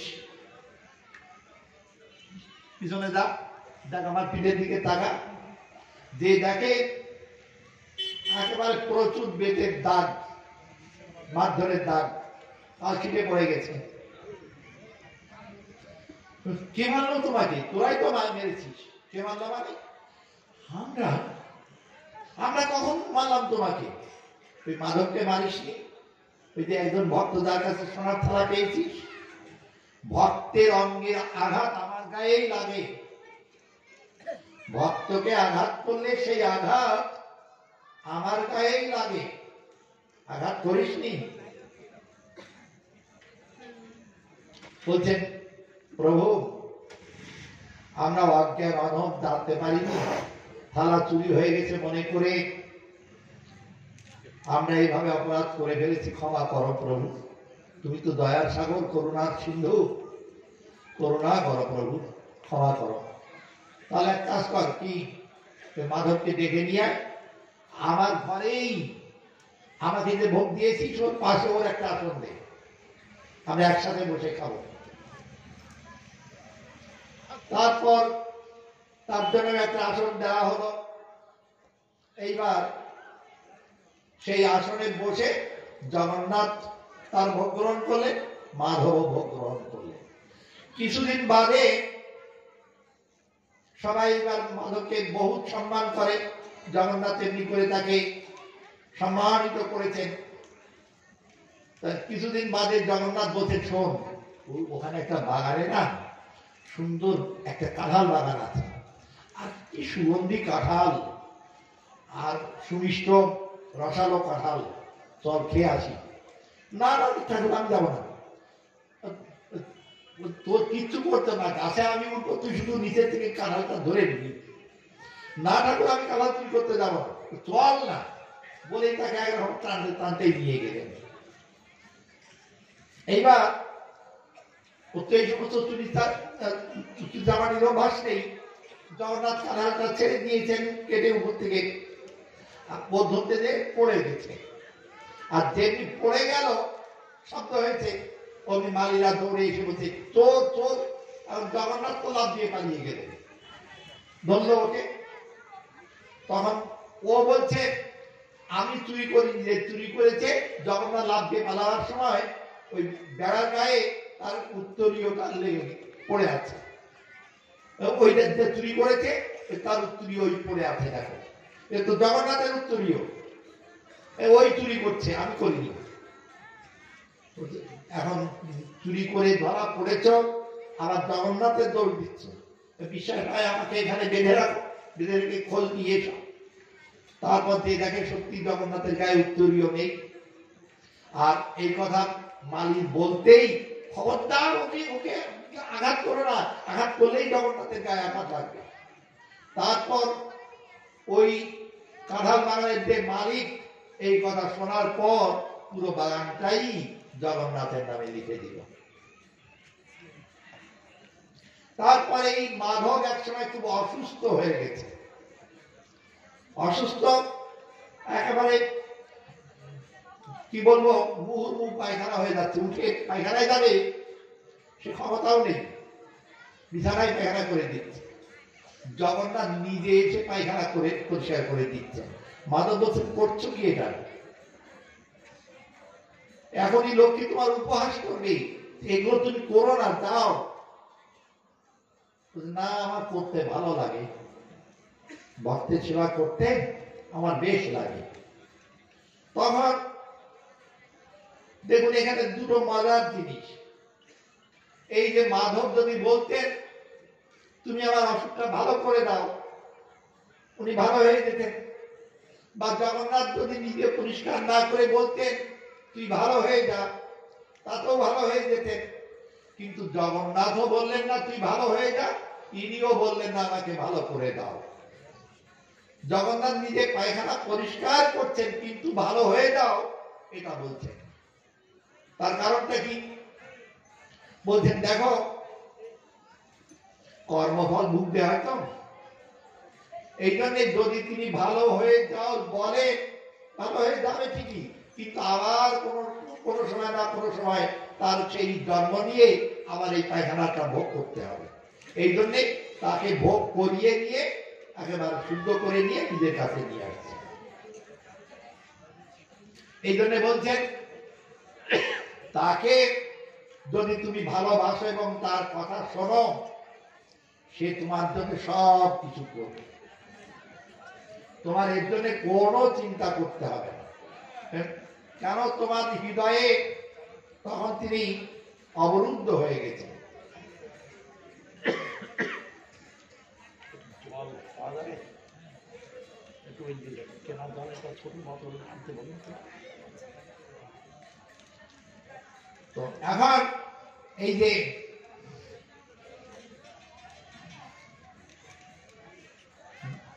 আমরা যে কথাগুলো দিয়ে শুরু করতে হবে, কথা অমৃতম তপ্ত জীবনম কবি বিরিতম কর্মসপহ শ্রবণ মঙ্গলম, শুনলেই করলাম। আচ্ছা, যদি বলে দেখুন শুনি তো বটে, কিন্তু আমরা না ভালো লেখাপড়া জানি না, এই কথাগুলো সব বুঝতেও পারি না, তা আমরা শুনে তাহলে কি করবো? আমাদের কোনো লাভ হবে শুনে? হ্যাঁ হবে। কিছু যদি না বুঝি তাতে লাভ হবে? হ্যাঁ হবে, বলছি তো। নিজের থেকে বলছে না, শাস্ত্রে আছে। শাস্ত্রে আছে, কি আছে শাস্ত্রে?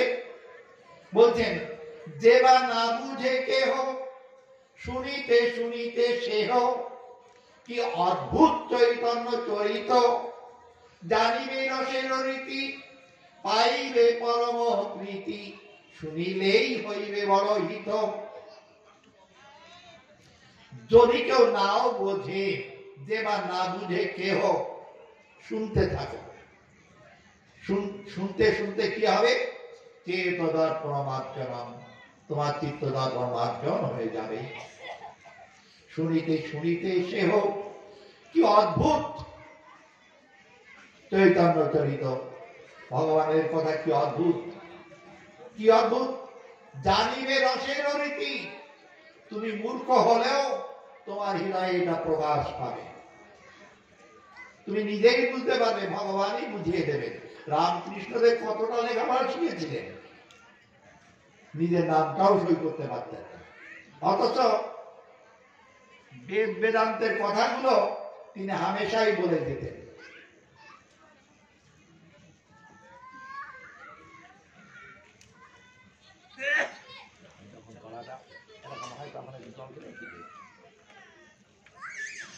তো এই যে রামকৃষ্ণদেব বেদ বেদান্ত,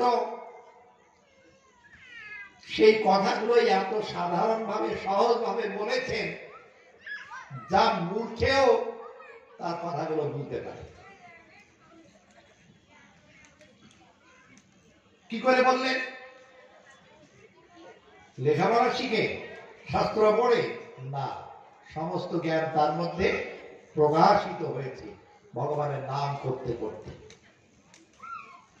তাই বললেন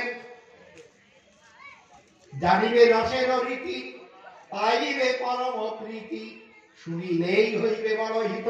তাই বলেন শ্রবণ মঙ্গলম, শুনলেই কল্যাণ হবে। তুমি বোঝো বা না বোঝো, তুমি যদি ভগবানের কথা শোনো, ভগবান বলছেন আমি তার কল্যাণ করবই, এটা তার প্রতিজ্ঞা বাক্যের, করবই। এইবার আমরা ভগবান শ্রীকৃষ্ণের লীলা যদি বলি,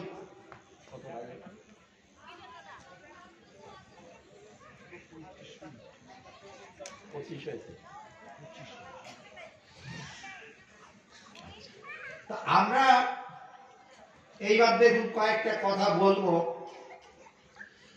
ভগবান শ্রীকৃষ্ণের যে লীলা, তিনি সর্বপ্রথম কোন লীলা করলেন?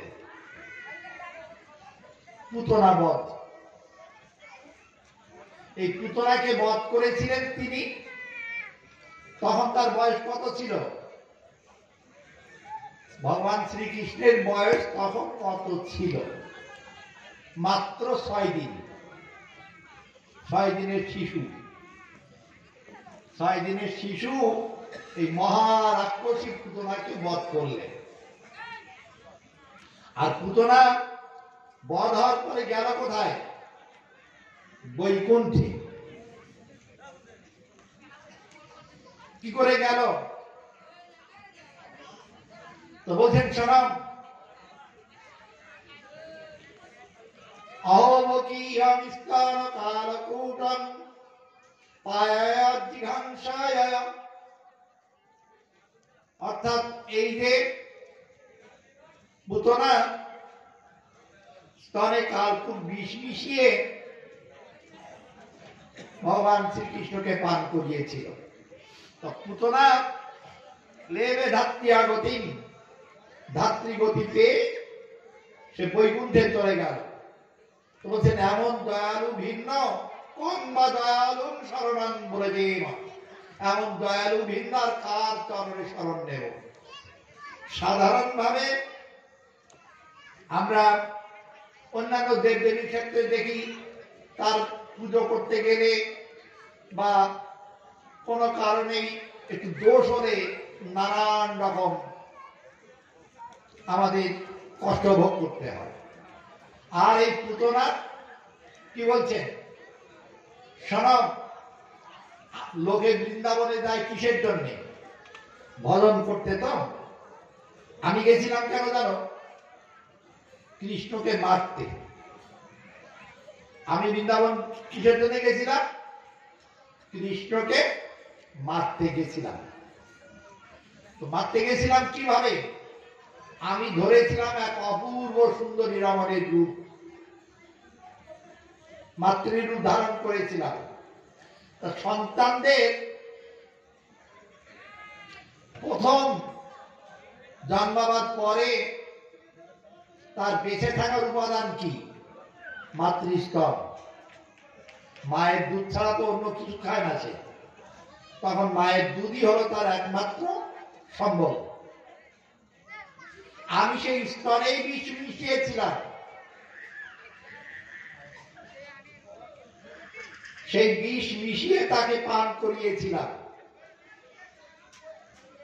বললেন কৃষ্ণ, তাতেই আমি ধাত্রীগতি লাভ করে অর্থাৎ মা হয়ে বৈকুণ্ঠে চলে যাচ্ছি। বলছেন তোমরা যে বলো ব্রাহ্মণ না হলে হবে না, ক্ষত্রিয় না হলে হবে না, উচ্চ জাতি না হলে হবে না। আমি কোন জাতি? আমি রাক্ষসী। বলি এটা খেলে হবে না, ওটা খেলে হবে না, সেটা খেলে হবে না, এই বলো তো। আমার খাদ্য কি জানো? শিশু মেরে তাদের রক্ত মাংস খাই। বাবা এরকম বাজে জিনিস খাও? হ্যাঁ তাই খাই। তাতেই এই গতি লাভ করলে? হ্যাঁ তাতেই এই গতি লাভ করেছে। আমরা যে কীর্তন করি, কীর্তনের শেষে বা কীর্তনের মধ্যে প্রার্থনা করি, শেষের দিনে যেন গাইতে পারি, তোমার নাম গুণগান করে যেতে পারি। এরকম কীর্তন করি তো, প্রার্থনা করি তো। আর পুতনা গেল কিভাবে? তার বুকের পরে স্বয়ং ভগবান শ্রীকৃষ্ণ। চরণ তো আছেই, কেবল চরণ না, পুরো কৃষ্ণই আছে। এবং সাথে সাথে তিনি কৃষ্ণের বদনের দিকে তাকিয়ে আছেন। এইভাবেই চলে গেলেন। তো সে বৈকুণ্ঠে যাবে না, তার কিভাবে কে যাবে? যার বুকের পরে স্বয়ং ভগবান শ্রীকৃষ্ণ, যে কৃষ্ণের নাম করতে করতে করতে চলে যাচ্ছে, কৃষ্ণের বদন মরার সময় যে দেখছে, তার কি আর অন্য গতি হতে পারে? পুতনা এই জন্য উত্তম গতি লাভ করে বৈকুণ্ঠে চলে গেল। আমরাও সকলেই পুতনা। পুতনা কিন্তু কোন নাম নয়। পুতনা কি?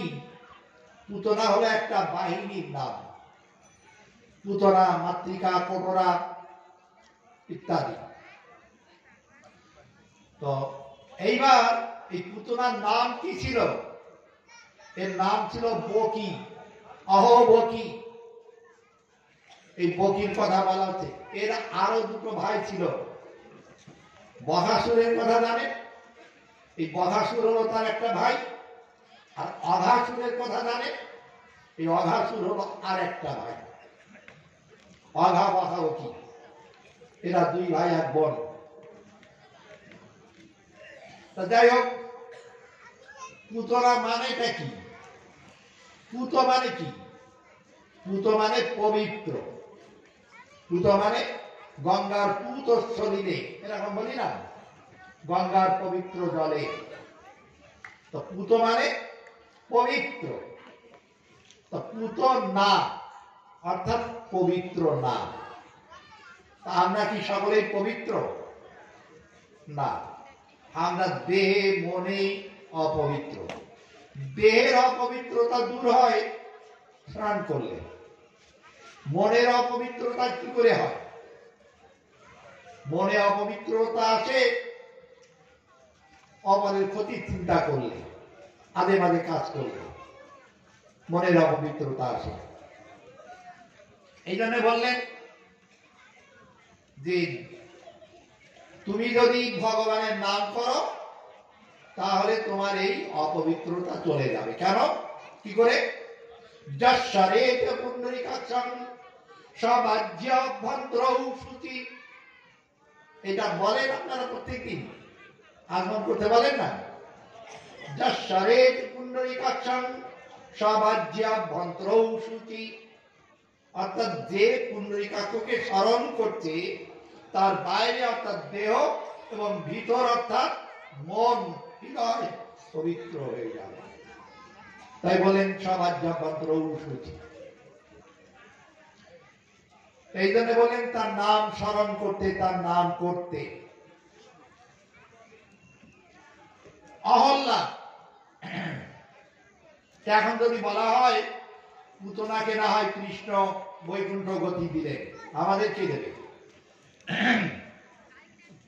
আমাদের তো এখন কৃষ্ণ নেই। কে বলল কৃষ্ণ নেই?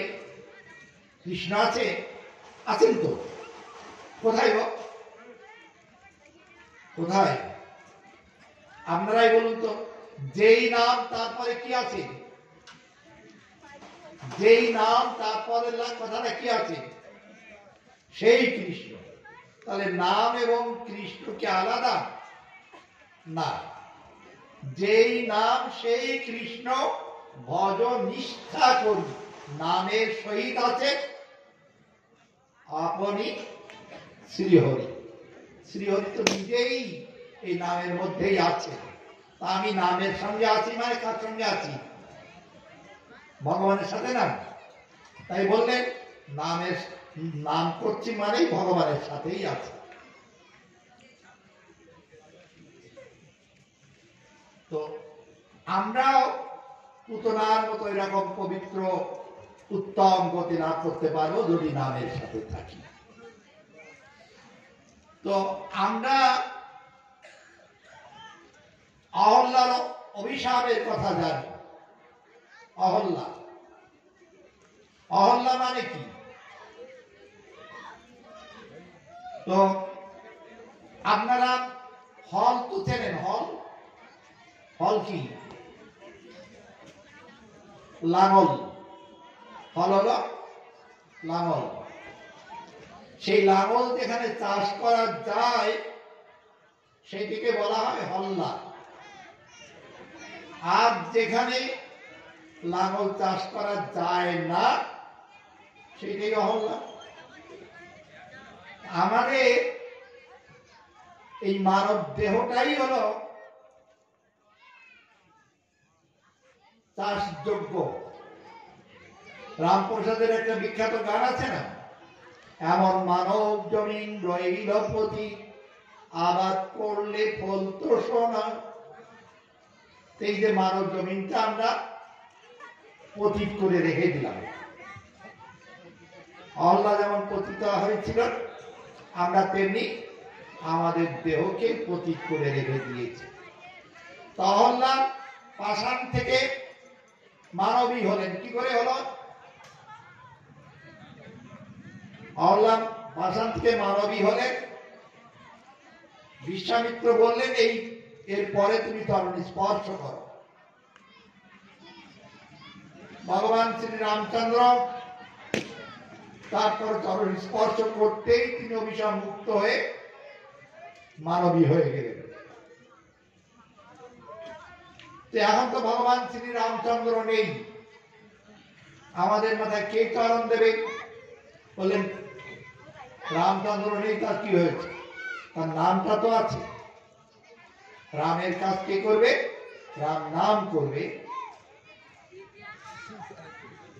এই জন্যই বললেন নাম ভজ, নাম চিন্ত, নাম কর সদ, নাম বিনে কলি যুগে গতি না হিয়ার।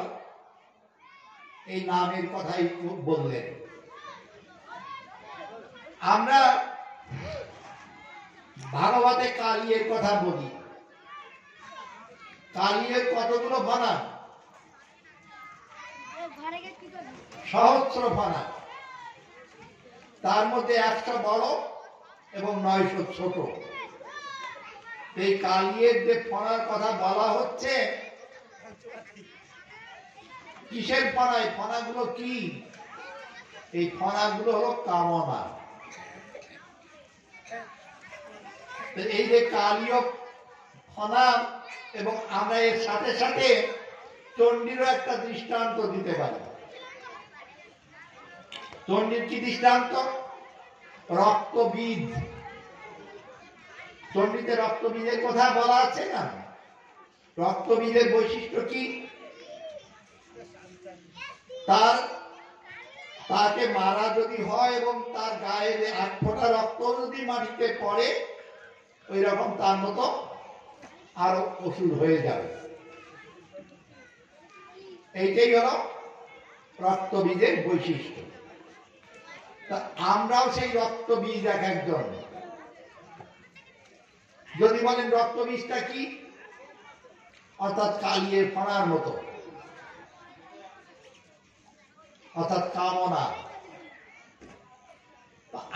একটা এরকম একটা দৃষ্টান্ত দিয়ে বলি, আপনি খুব ভগবানকে ডাকছেন, এ ভগবান আমি তোমার কাছে আকুল ভাবে প্রার্থনা করছি, তুমি আমার এই কামনাটা পূরণ করে দাও। আর কিচ্ছু চাইব না তোমার কাছে, সত্যি বলছি, হে প্রভু, হে ভগবান, হে কৃষ্ণ, হে নারায়ণ, তুমি আমার এই কামনাটা পূরণ করে দাও, আমি আর তোমার কাছে কিচ্ছু চাইব না।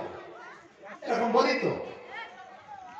যখনই সেই কামনাটা পূরণ হয়ে গেল, আর কিছু চাই না তো, সেখানেই দাঁড়িয়ে বলি, ঠাকুর আমার যখন এইটি পূরণ হলো, এবার তুমি এইটি একটু করে দাও। এরকম বলি তো। আপনার একটা কামনা মরল, পূরণ হলো মানে মরল, এইবার সঙ্গে সঙ্গে আরেকটা কামনা জন্ম নিল, তাহলে রক্তবীজের মতো হলো না? এইরকম সহস্র কামনা আমার মধ্যে আছে। এই কামনাগুলো যাবে কি করে? এই কার্যকে দমন করলেন কি করে? কৃষ্ণ, ভগবান শ্রীকৃষ্ণ তারপরে নৃত্য করেছিলেন, অর্থাৎ লাঠি মেরেছিলেন, পদাঘাত করেছিলেন। তো পদাঘাত করাতেই, অর্থাৎ চরণ স্পর্শেই গেল। তো তেমনি আমাদের এই যে কামনাগুলো, এগুলো যদি আমরা ভগবানের চরণ স্পর্শ করি, চরণ ভজন করি, তার করুণাতেই আমাদের সমস্ত কামনা দূর হবে। কিন্তু আমরা তো তা করি না। এইবার আরেকটা ঘটনা বলি। প্রভু জগৎবন্ধু সুন্দর তিনি প্রায়ই যখন একেবারে ছোট্ট ছিলেন, ভালো করে কথাও বলতে পারতেন না, তখন থেকেই তিনি কীর্তন করতেন। কীর্তন করতেন কেমন? জগা মাধা পাইছিও হই নামে তয়ে যাও, এরকম কীর্তন করতেন। জগায় মাধায় পাই ছিল, অর্থাৎ পাপি ছিল, কথাটাও উচ্চারণ করার মতো বয়স তখন তার হয়নি, তাই বোধহয় পাইছিও, অর্থাৎ পাপি ছিল। হই নামে তয়ে যাও, অর্থাৎ হরি নামে চলে গেল। তো তিনি যখন বড় হলেন, স্কুলে পড়তেন, তখন প্রায়ই 14 মাদল, 56 মাদল, 108 মাদল অর্থাৎ খোল বাজিয়ে কীর্তন, টহল কীর্তন করতেন। এইরকম ফরিদপুরে প্রায় 7,000 গুণবাদ্যী ডোম, এবং আপনার এই কলকাতাতে গিরিশ পার্কের নাম আপনারা নিশ্চয়ই জানেন। গিরিশ পার্ক এবং বিরন স্ট্রিটের মাঝামাঝি একটা জায়গার নাম হলো রামবাগান। এখানে তখন 1002 গুণবাদ্যী ডোম বাস করতে, এখনো বাস করে, এখনো আছে। এরা ইংরেজরা ঠিক করেছে এদের খ্রিস্টান করবে। 2 বছর ধরে চেষ্টা করে এদের খ্রিস্টান করেই নেবে, এরকম ঠিক করলেন। তারপর প্রভু জগৎবন্ধু সুন্দর একজন ভক্তকে পাঠিয়ে দিয়ে বললেন, এদের যে সর্দার, তার নাম ছিল রজনী সর্দার, তুই যে বল রজনীকে, আমার কথা আমি ডাকছি তাকে। তো রজনী যে উপস্থিত হলো প্রভুর ডাকে, প্রভু আপনি আমায় দেখেছেন? হ্যাঁ, তোরা নাকি খ্রিস্টান হবি, কি করবো প্রভু? আমরা হিন্দু, পরিচয় দেই, একটা কুকুর বারান্দায় শুয়ে থাকে তাতে দোষ হয় না, কিন্তু আমরা যদি বারান্দায় উঠি সেখানে গোবরের লেপ না দিলে পরে ওরা পবিত্র হয় না, অপবিত্র থেকে যায়। অর্থাৎ একটা কুকুর উঠলে তাতে দোষ হলো না, কিন্তু আমি উঠলে, আমাদের কেউ উঠলে দোষ হলো। এই তো আমাদের পজিশন। এই ধর্মে থেকে কি করব? আমরা তো চেয়েছিলাম এই হিন্দু ধর্মে থাকতে, কিন্তু আর কত নির্যাতন সহ্য করব? কে বললো তোরা হিন্দু জাতি, তোরা হরিজন মহান্ত, আজ তোরা সবাই এখানে প্রসাদ পাবি আর আমি তোদের পরিণাম দেব। এমনি ভাবে প্রভু জগৎবন্ধু সুন্দর তাদেরকে হরিনাম দান করলেন এবং সকলের গলায় মালা দিলেন এবং তাদের মহান্ত করে দিলেন। এখনো পর্যন্ত তারা কারোর কাছে শেখা লাগে না, ওই মহন্ত ঘরে জন্ম নিলেই তারা অটোমেটিক খোল বাদক এবং হরিনাম কীর্তনিয়া হয়ে যায়। কি সুন্দর কীর্তন এখনো পর্যন্ত তারা করে। তো তারপর এই রজনী সর্দারকে বললেন, শোন, তুই এখন থেকে আমার জল এনে দিবি। উনি তখন থাকতেন বাংলাদেশের বর্তমান ফরিদপুর জেলা, ওখানে একটা মন্দির আছে, শ্রীরাম বাহিনা বলে, ওই মন্দিরেই প্রভু থাকতেন। আর এখানে যেমন গঙ্গা, ওখানে তেমনি পদ্মা, গঙ্গারই আরেকটা নাম হলো পদ্মা। এই পদ্মা নদী থেকে জল এনে প্রভুকে দিতেন, জল ভালো করে ছেঁকে নিয়ে তারপর দিতেন। একদিন উনি মনে করছেন বাড়ির থেকে প্রায় বছর 2 হলো চলে এসেছি, বাড়ির সবাই কেমন আছেন, ওরা ভালো আছে কিনা, অনেকদিন যায় না, একদিন যে একটু ঘুরে আসলে হতো, এরকম চিন্তা করতে করতে জল এনে দিয়েছেন। তো বলছেন রজনী, প্রভু তখন বলছেন, রজনী আজকে জল ফেলে দে। কেন প্রভু?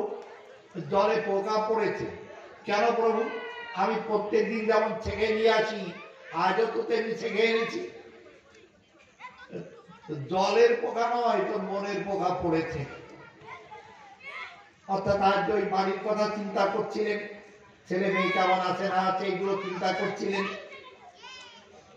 ঠিক আছে, তুই এক কাজ কর, কোন ব্যবসায়ী, তার ব্যবসায় যদি লাভ হয় তাহলে প্রভুকে কিছু টাকা দেবে এই মনে করে, প্রভু প্রচুর লাভ হলে সেই টাকাটা, লাভের টাকাটা প্রভুকে দিতে এসে প্রভু দরজা খোলেন।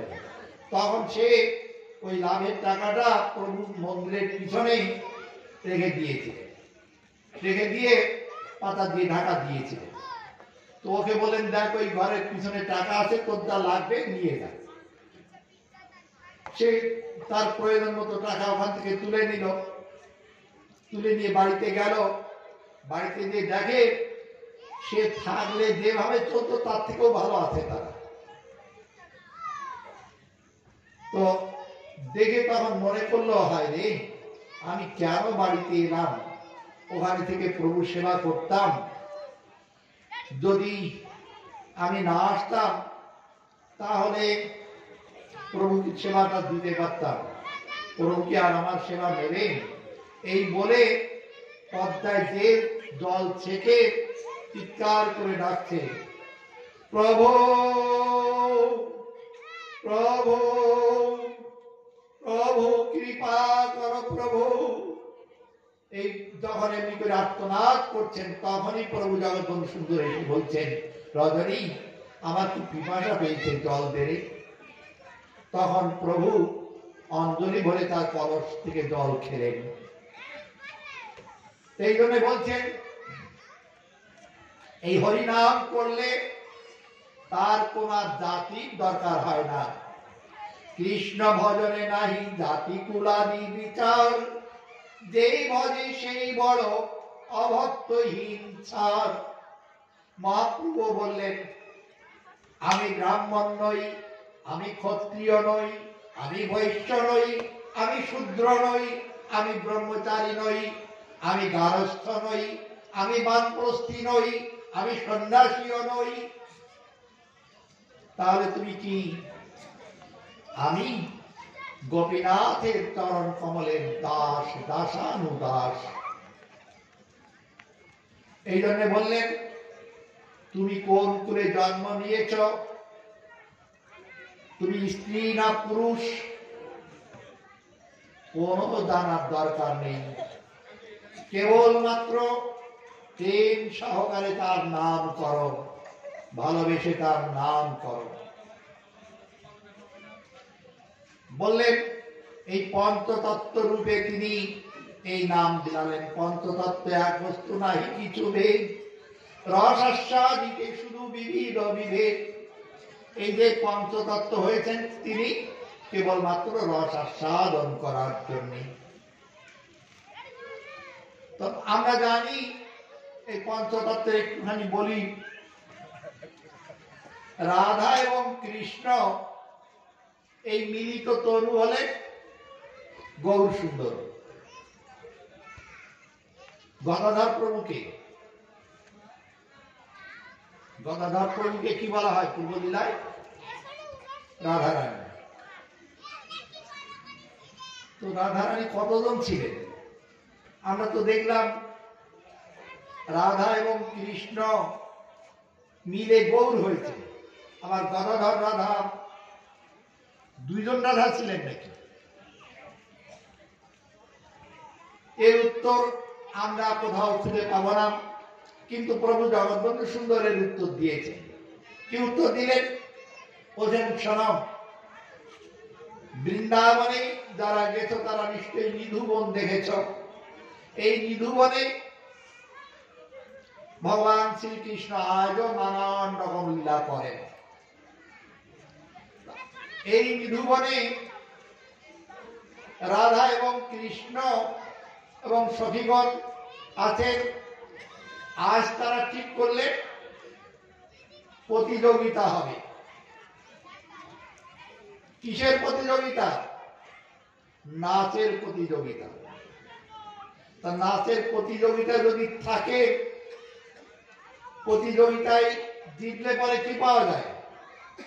পুরস্কার পাওয়া যায়। তাহলে এই যে প্রতিযোগিতা হবে, এই প্রতিযোগিতার পুরস্কার কি? যে জিতবে সে যে হারবে তাকে আলিঙ্গন করবে। অর্থাৎ যদি কৃষ্ণ জেতেন তাহলে তিনি রাধারানীকে আলিঙ্গন করবেন, রাধারানী যদি জেতেন তিনি কৃষ্ণকে আলিঙ্গন করবেন। এই হলো পুরস্কার। ঠিক আছে, নাচ আরম্ভ হয়ে গেল, তুমুল নাচ। তো হঠাৎ করে রাধারানীর নাচ দেখতে যে কৃষ্ণের তাল ভঙ্গ হয়ে গেল। তার ফলে কৃষ্ণ হেরে গেলেন। এর পরিণামটা কি? এখন পরিণামটা হলো শর্ত অনুযায়ী এইবার কে কাকে আলিঙ্গন করবেন? রাধারানী কৃষ্ণকে আলিঙ্গন করবেন। প্রতিযোগিতার যে পুরস্কার বলা হয়েছিল সেই হিসাবে রাধারানী কৃষ্ণকে আলিঙ্গন করবেন। এইবার রাধারানী যথারীতি কৃষ্ণকে আলিঙ্গন করলেনও। রাধারানী এমনিতে বাবা নায়িকা, কখনোই তিনি নিজের থেকে কৃষ্ণকে আলিঙ্গন করতে যান না। আজ যখন তিনি কৃষ্ণকে আলিঙ্গন করতে গেলেন, তখন কৃষ্ণ এত আনন্দিত হলেন, আর কৃষ্ণের আনন্দ দেখে রাধারানীর আনন্দ, তো দুইজন আনন্দে দ্রবীভূত হয়ে যাচ্ছে। ফলে রাধা এবং কৃষ্ণ আর দুই থাকছেন না, এক হয়ে যাচ্ছে। তখন ললিতা দৌড়ে এলেন। দৌড়ে এসে বাম হাতে তর্জনী দিয়ে রাধারানীর ললাটি স্পর্শ করে বলছেন, সখীরে, মিললে আনন্দ পাবি ঠিকই, কিন্তু সেবা থেকে বঞ্চিত হয়ে যাবি। ঠিকই তো। তখন আর মিললেন না। না মেলার ফলে রাধারানী আবার পৃথক হয়ে গেলেন, ওদিকে আবার মিলেও গেলেন অনেকটাই। যে অংশটা মিললেন না সেই অংশটাই হলো গদাধর, এবং যে অংশটা মিললেন এই অংশটা মহাপ্রভুর মধ্যে। তাহলে রাধারানীর কিছুটা গদাধরে আর কিছুটা মহাপ্রভুতে? না না, তাহলে তিনি পূর্ণভাবেই মহাপ্রভুতে আছেন, আমার পূর্ণভাবেই তিনি গদাধরে আছেন। এরকম হয় নাকি? হয়। বলে একটা জিনিস যদি আমি কাউকে পুরোমাত্রায় দিয়ে দিই, আমার পুরোমাত্রায় আমার থাকবে? হ্যাঁ, থাকবে। বলতে পারেন এরকম কোন জিনিস আছে? আমি যদি কোনো জিনিস কাউকে পুরোপুরি দিয়ে দেই, আমার পুরোটাই আমার থাকবে? আমার কোনো জিনিসের নাম বলা যাবে না? সত্যি বলা যাবে না? যাবে। কি আছে যা পুরোটাই দিলে পরে পুরোটাই থাকবে? তার আগে উপনিষদের একটা মন্ত্র স্মরণ করে নিই। ওম পূর্ণমদ পূর্ণমিদং পূর্ণাদে পূর্ণমুদচ্যতে পূর্ণস্য পূর্ণমাদায় পূর্ণমেবাবশিষ্যতে। অর্থাৎ পূর্ণ থেকে পূর্ণ গেলে পূর্ণই অবশিষ্ট থাকে। তো শুনলাম, কিন্তু হয় কি করে? কি করে হয়? একটা প্রাকৃত দৃষ্টান্ত দেন। আপনার কাছে কেউ কোনো বুদ্ধি নিতে এসছে, আপনার যতটা বুদ্ধি আছে আপনি সবটাই তাকে দিয়ে দিলেন। এইবার আপনার বুদ্ধির থলি কি খালি হয়ে গেল? আপনার বুদ্ধি থাকলো না, খালি হয়ে গেল? পূর্ণভাবে তাকে দিয়েও আবার পূর্ণভাবে আপনার আছে। তাই বললেন পূর্ণ থেকে পূর্ণ গেলে পূর্ণই অবশিষ্ট থাকে। তাহলে গদাধর এবং মহাপ্রভু এই দুইজনের মধ্যে রাধার ভাব প্রকাশ কোথায়, কার বেশি? বলছেন যখন গদাধর পাশে থাকেন মহাপ্রভু, তখন রাধা ভাব থাকে না। আর গদাধর যদি পাশে না থাকেন তাহলে মহাপ্রভু রাধা ভাব থাকে। কথাটা কোন প্রমাণ আছে? হ্যাঁ, কোথায়? চৈতন্য চরিতামৃতে। কি প্রমাণ? এবার সেই প্রমাণটা আমরা শুনব।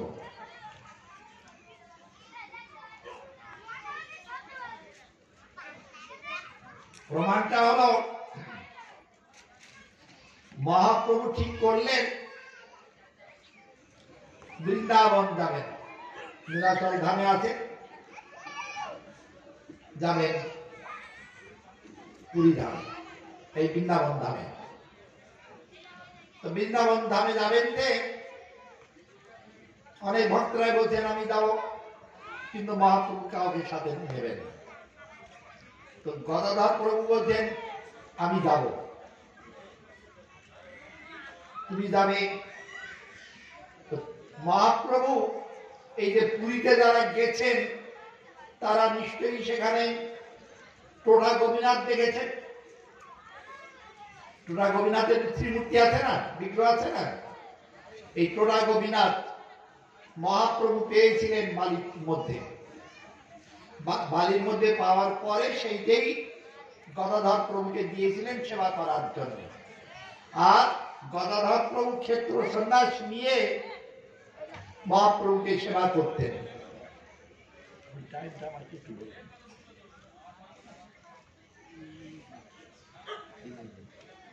তাহলে এটা বলেই শেষ করতে হবে। তো মহাপ্রভু এই গদাধর প্রভু ক্ষেত্র সন্ন্যাস নিয়ে এই শ্রী বিগ্রহ সেবা করতেন।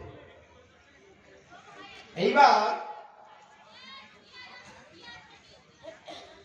গদাধর প্রভু ক্ষেত্র সন্ন্যাস মানেটা কি? অর্থাৎ তিনি পুরীর আর একটা নাম হলো শ্রীক্ষেত্র, অর্থাৎ শ্রীক্ষেত্রের বাইরে তিনি যাবেন না এবং গোপীনাথের সেবা করবেন।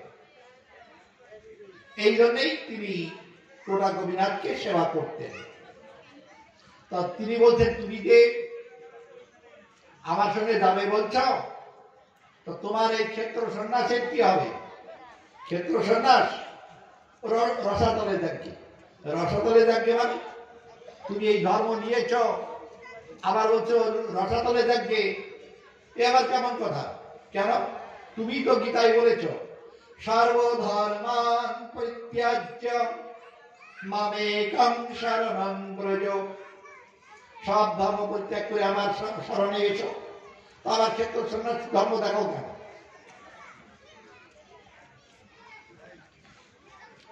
তো বেশ, গোপীনাথের সেবা, তোমার চরণ সেবা করলে এরকম কোটি গোপীনাথের সেবা হয়ে যায়।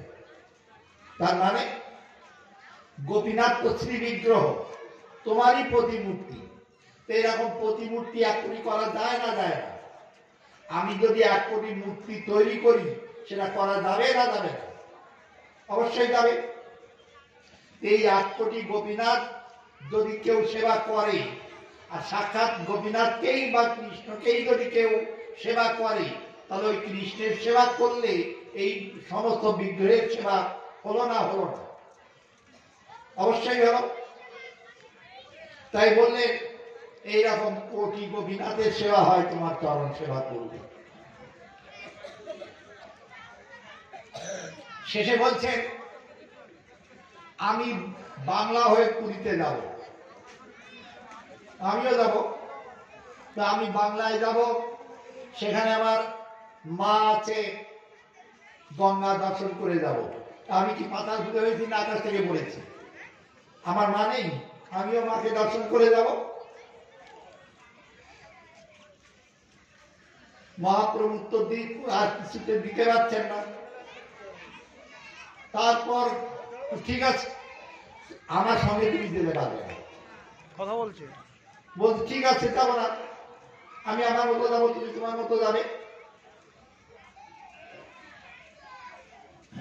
তো এখন তিনি তো যাচ্ছেন, যেতে যেতে ভুবনেশ্বর পর্যন্ত এসছেন। এই যে গদাধর কত ভক্তই তো তার সঙ্গে থাকেন, গদাধর প্রভু থাকলে তার কি ক্ষতি হতো?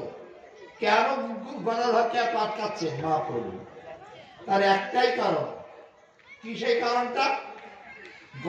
তিনি তো বৃন্দাবনে যাবেন রাধা ভাবে আস্বাদন করতে, কিন্তু গদাধর প্রভু থাকলে তো রাধা ভাব আসবে না। তো এই জন্য বললেন যে তুমি কেবল নিজের সুখ কামনা করো, আমার কথা ভাবো না। আমার মাথা খাও যদি মোর সাথে যাও, তুমি আমার মাথা খাবে যদি আমার সাথে যেতে চাও। এই কথা শুনেই গদাধর প্রভু অজ্ঞান হয়ে গেলেন। আর তখনই সার্বভৌম রায় রামানন্দ এদেরকে মহাপ্রভু বললেন, ওকে সুস্থ করে নিয়ে চলে যাও, অজ্ঞান থাকতে থাকতে আমি পালাই। অর্থাৎ গদাধরের মধ্যে যে রাধাভাব ছিল মহাপ্রভুর মধ্যেও ছিল, কিন্তু গদাধর যদি পাশে থাকতেন মহাপ্রভুর মধ্যে সেই ভাব প্রকাশ হতো না। এই জন্যেই গদাধর প্রভুকে তিনি সাথে নিতে চাইতেন না। তো যাই হোক, আরো কিছু বলার থাকলেও বা বলার ইচ্ছা থাকলেও সবাই বলছে বাবা অনেক বক করেছি, সেবার থাম, সময় আর পারমিট করছে না, তাই তো? অতএব সময়ের নির্দেশ মেনে আমার তো এবার থামতেই হবে, কেননা আরো দুটো সুখবর আপনাদের জন্য আছে।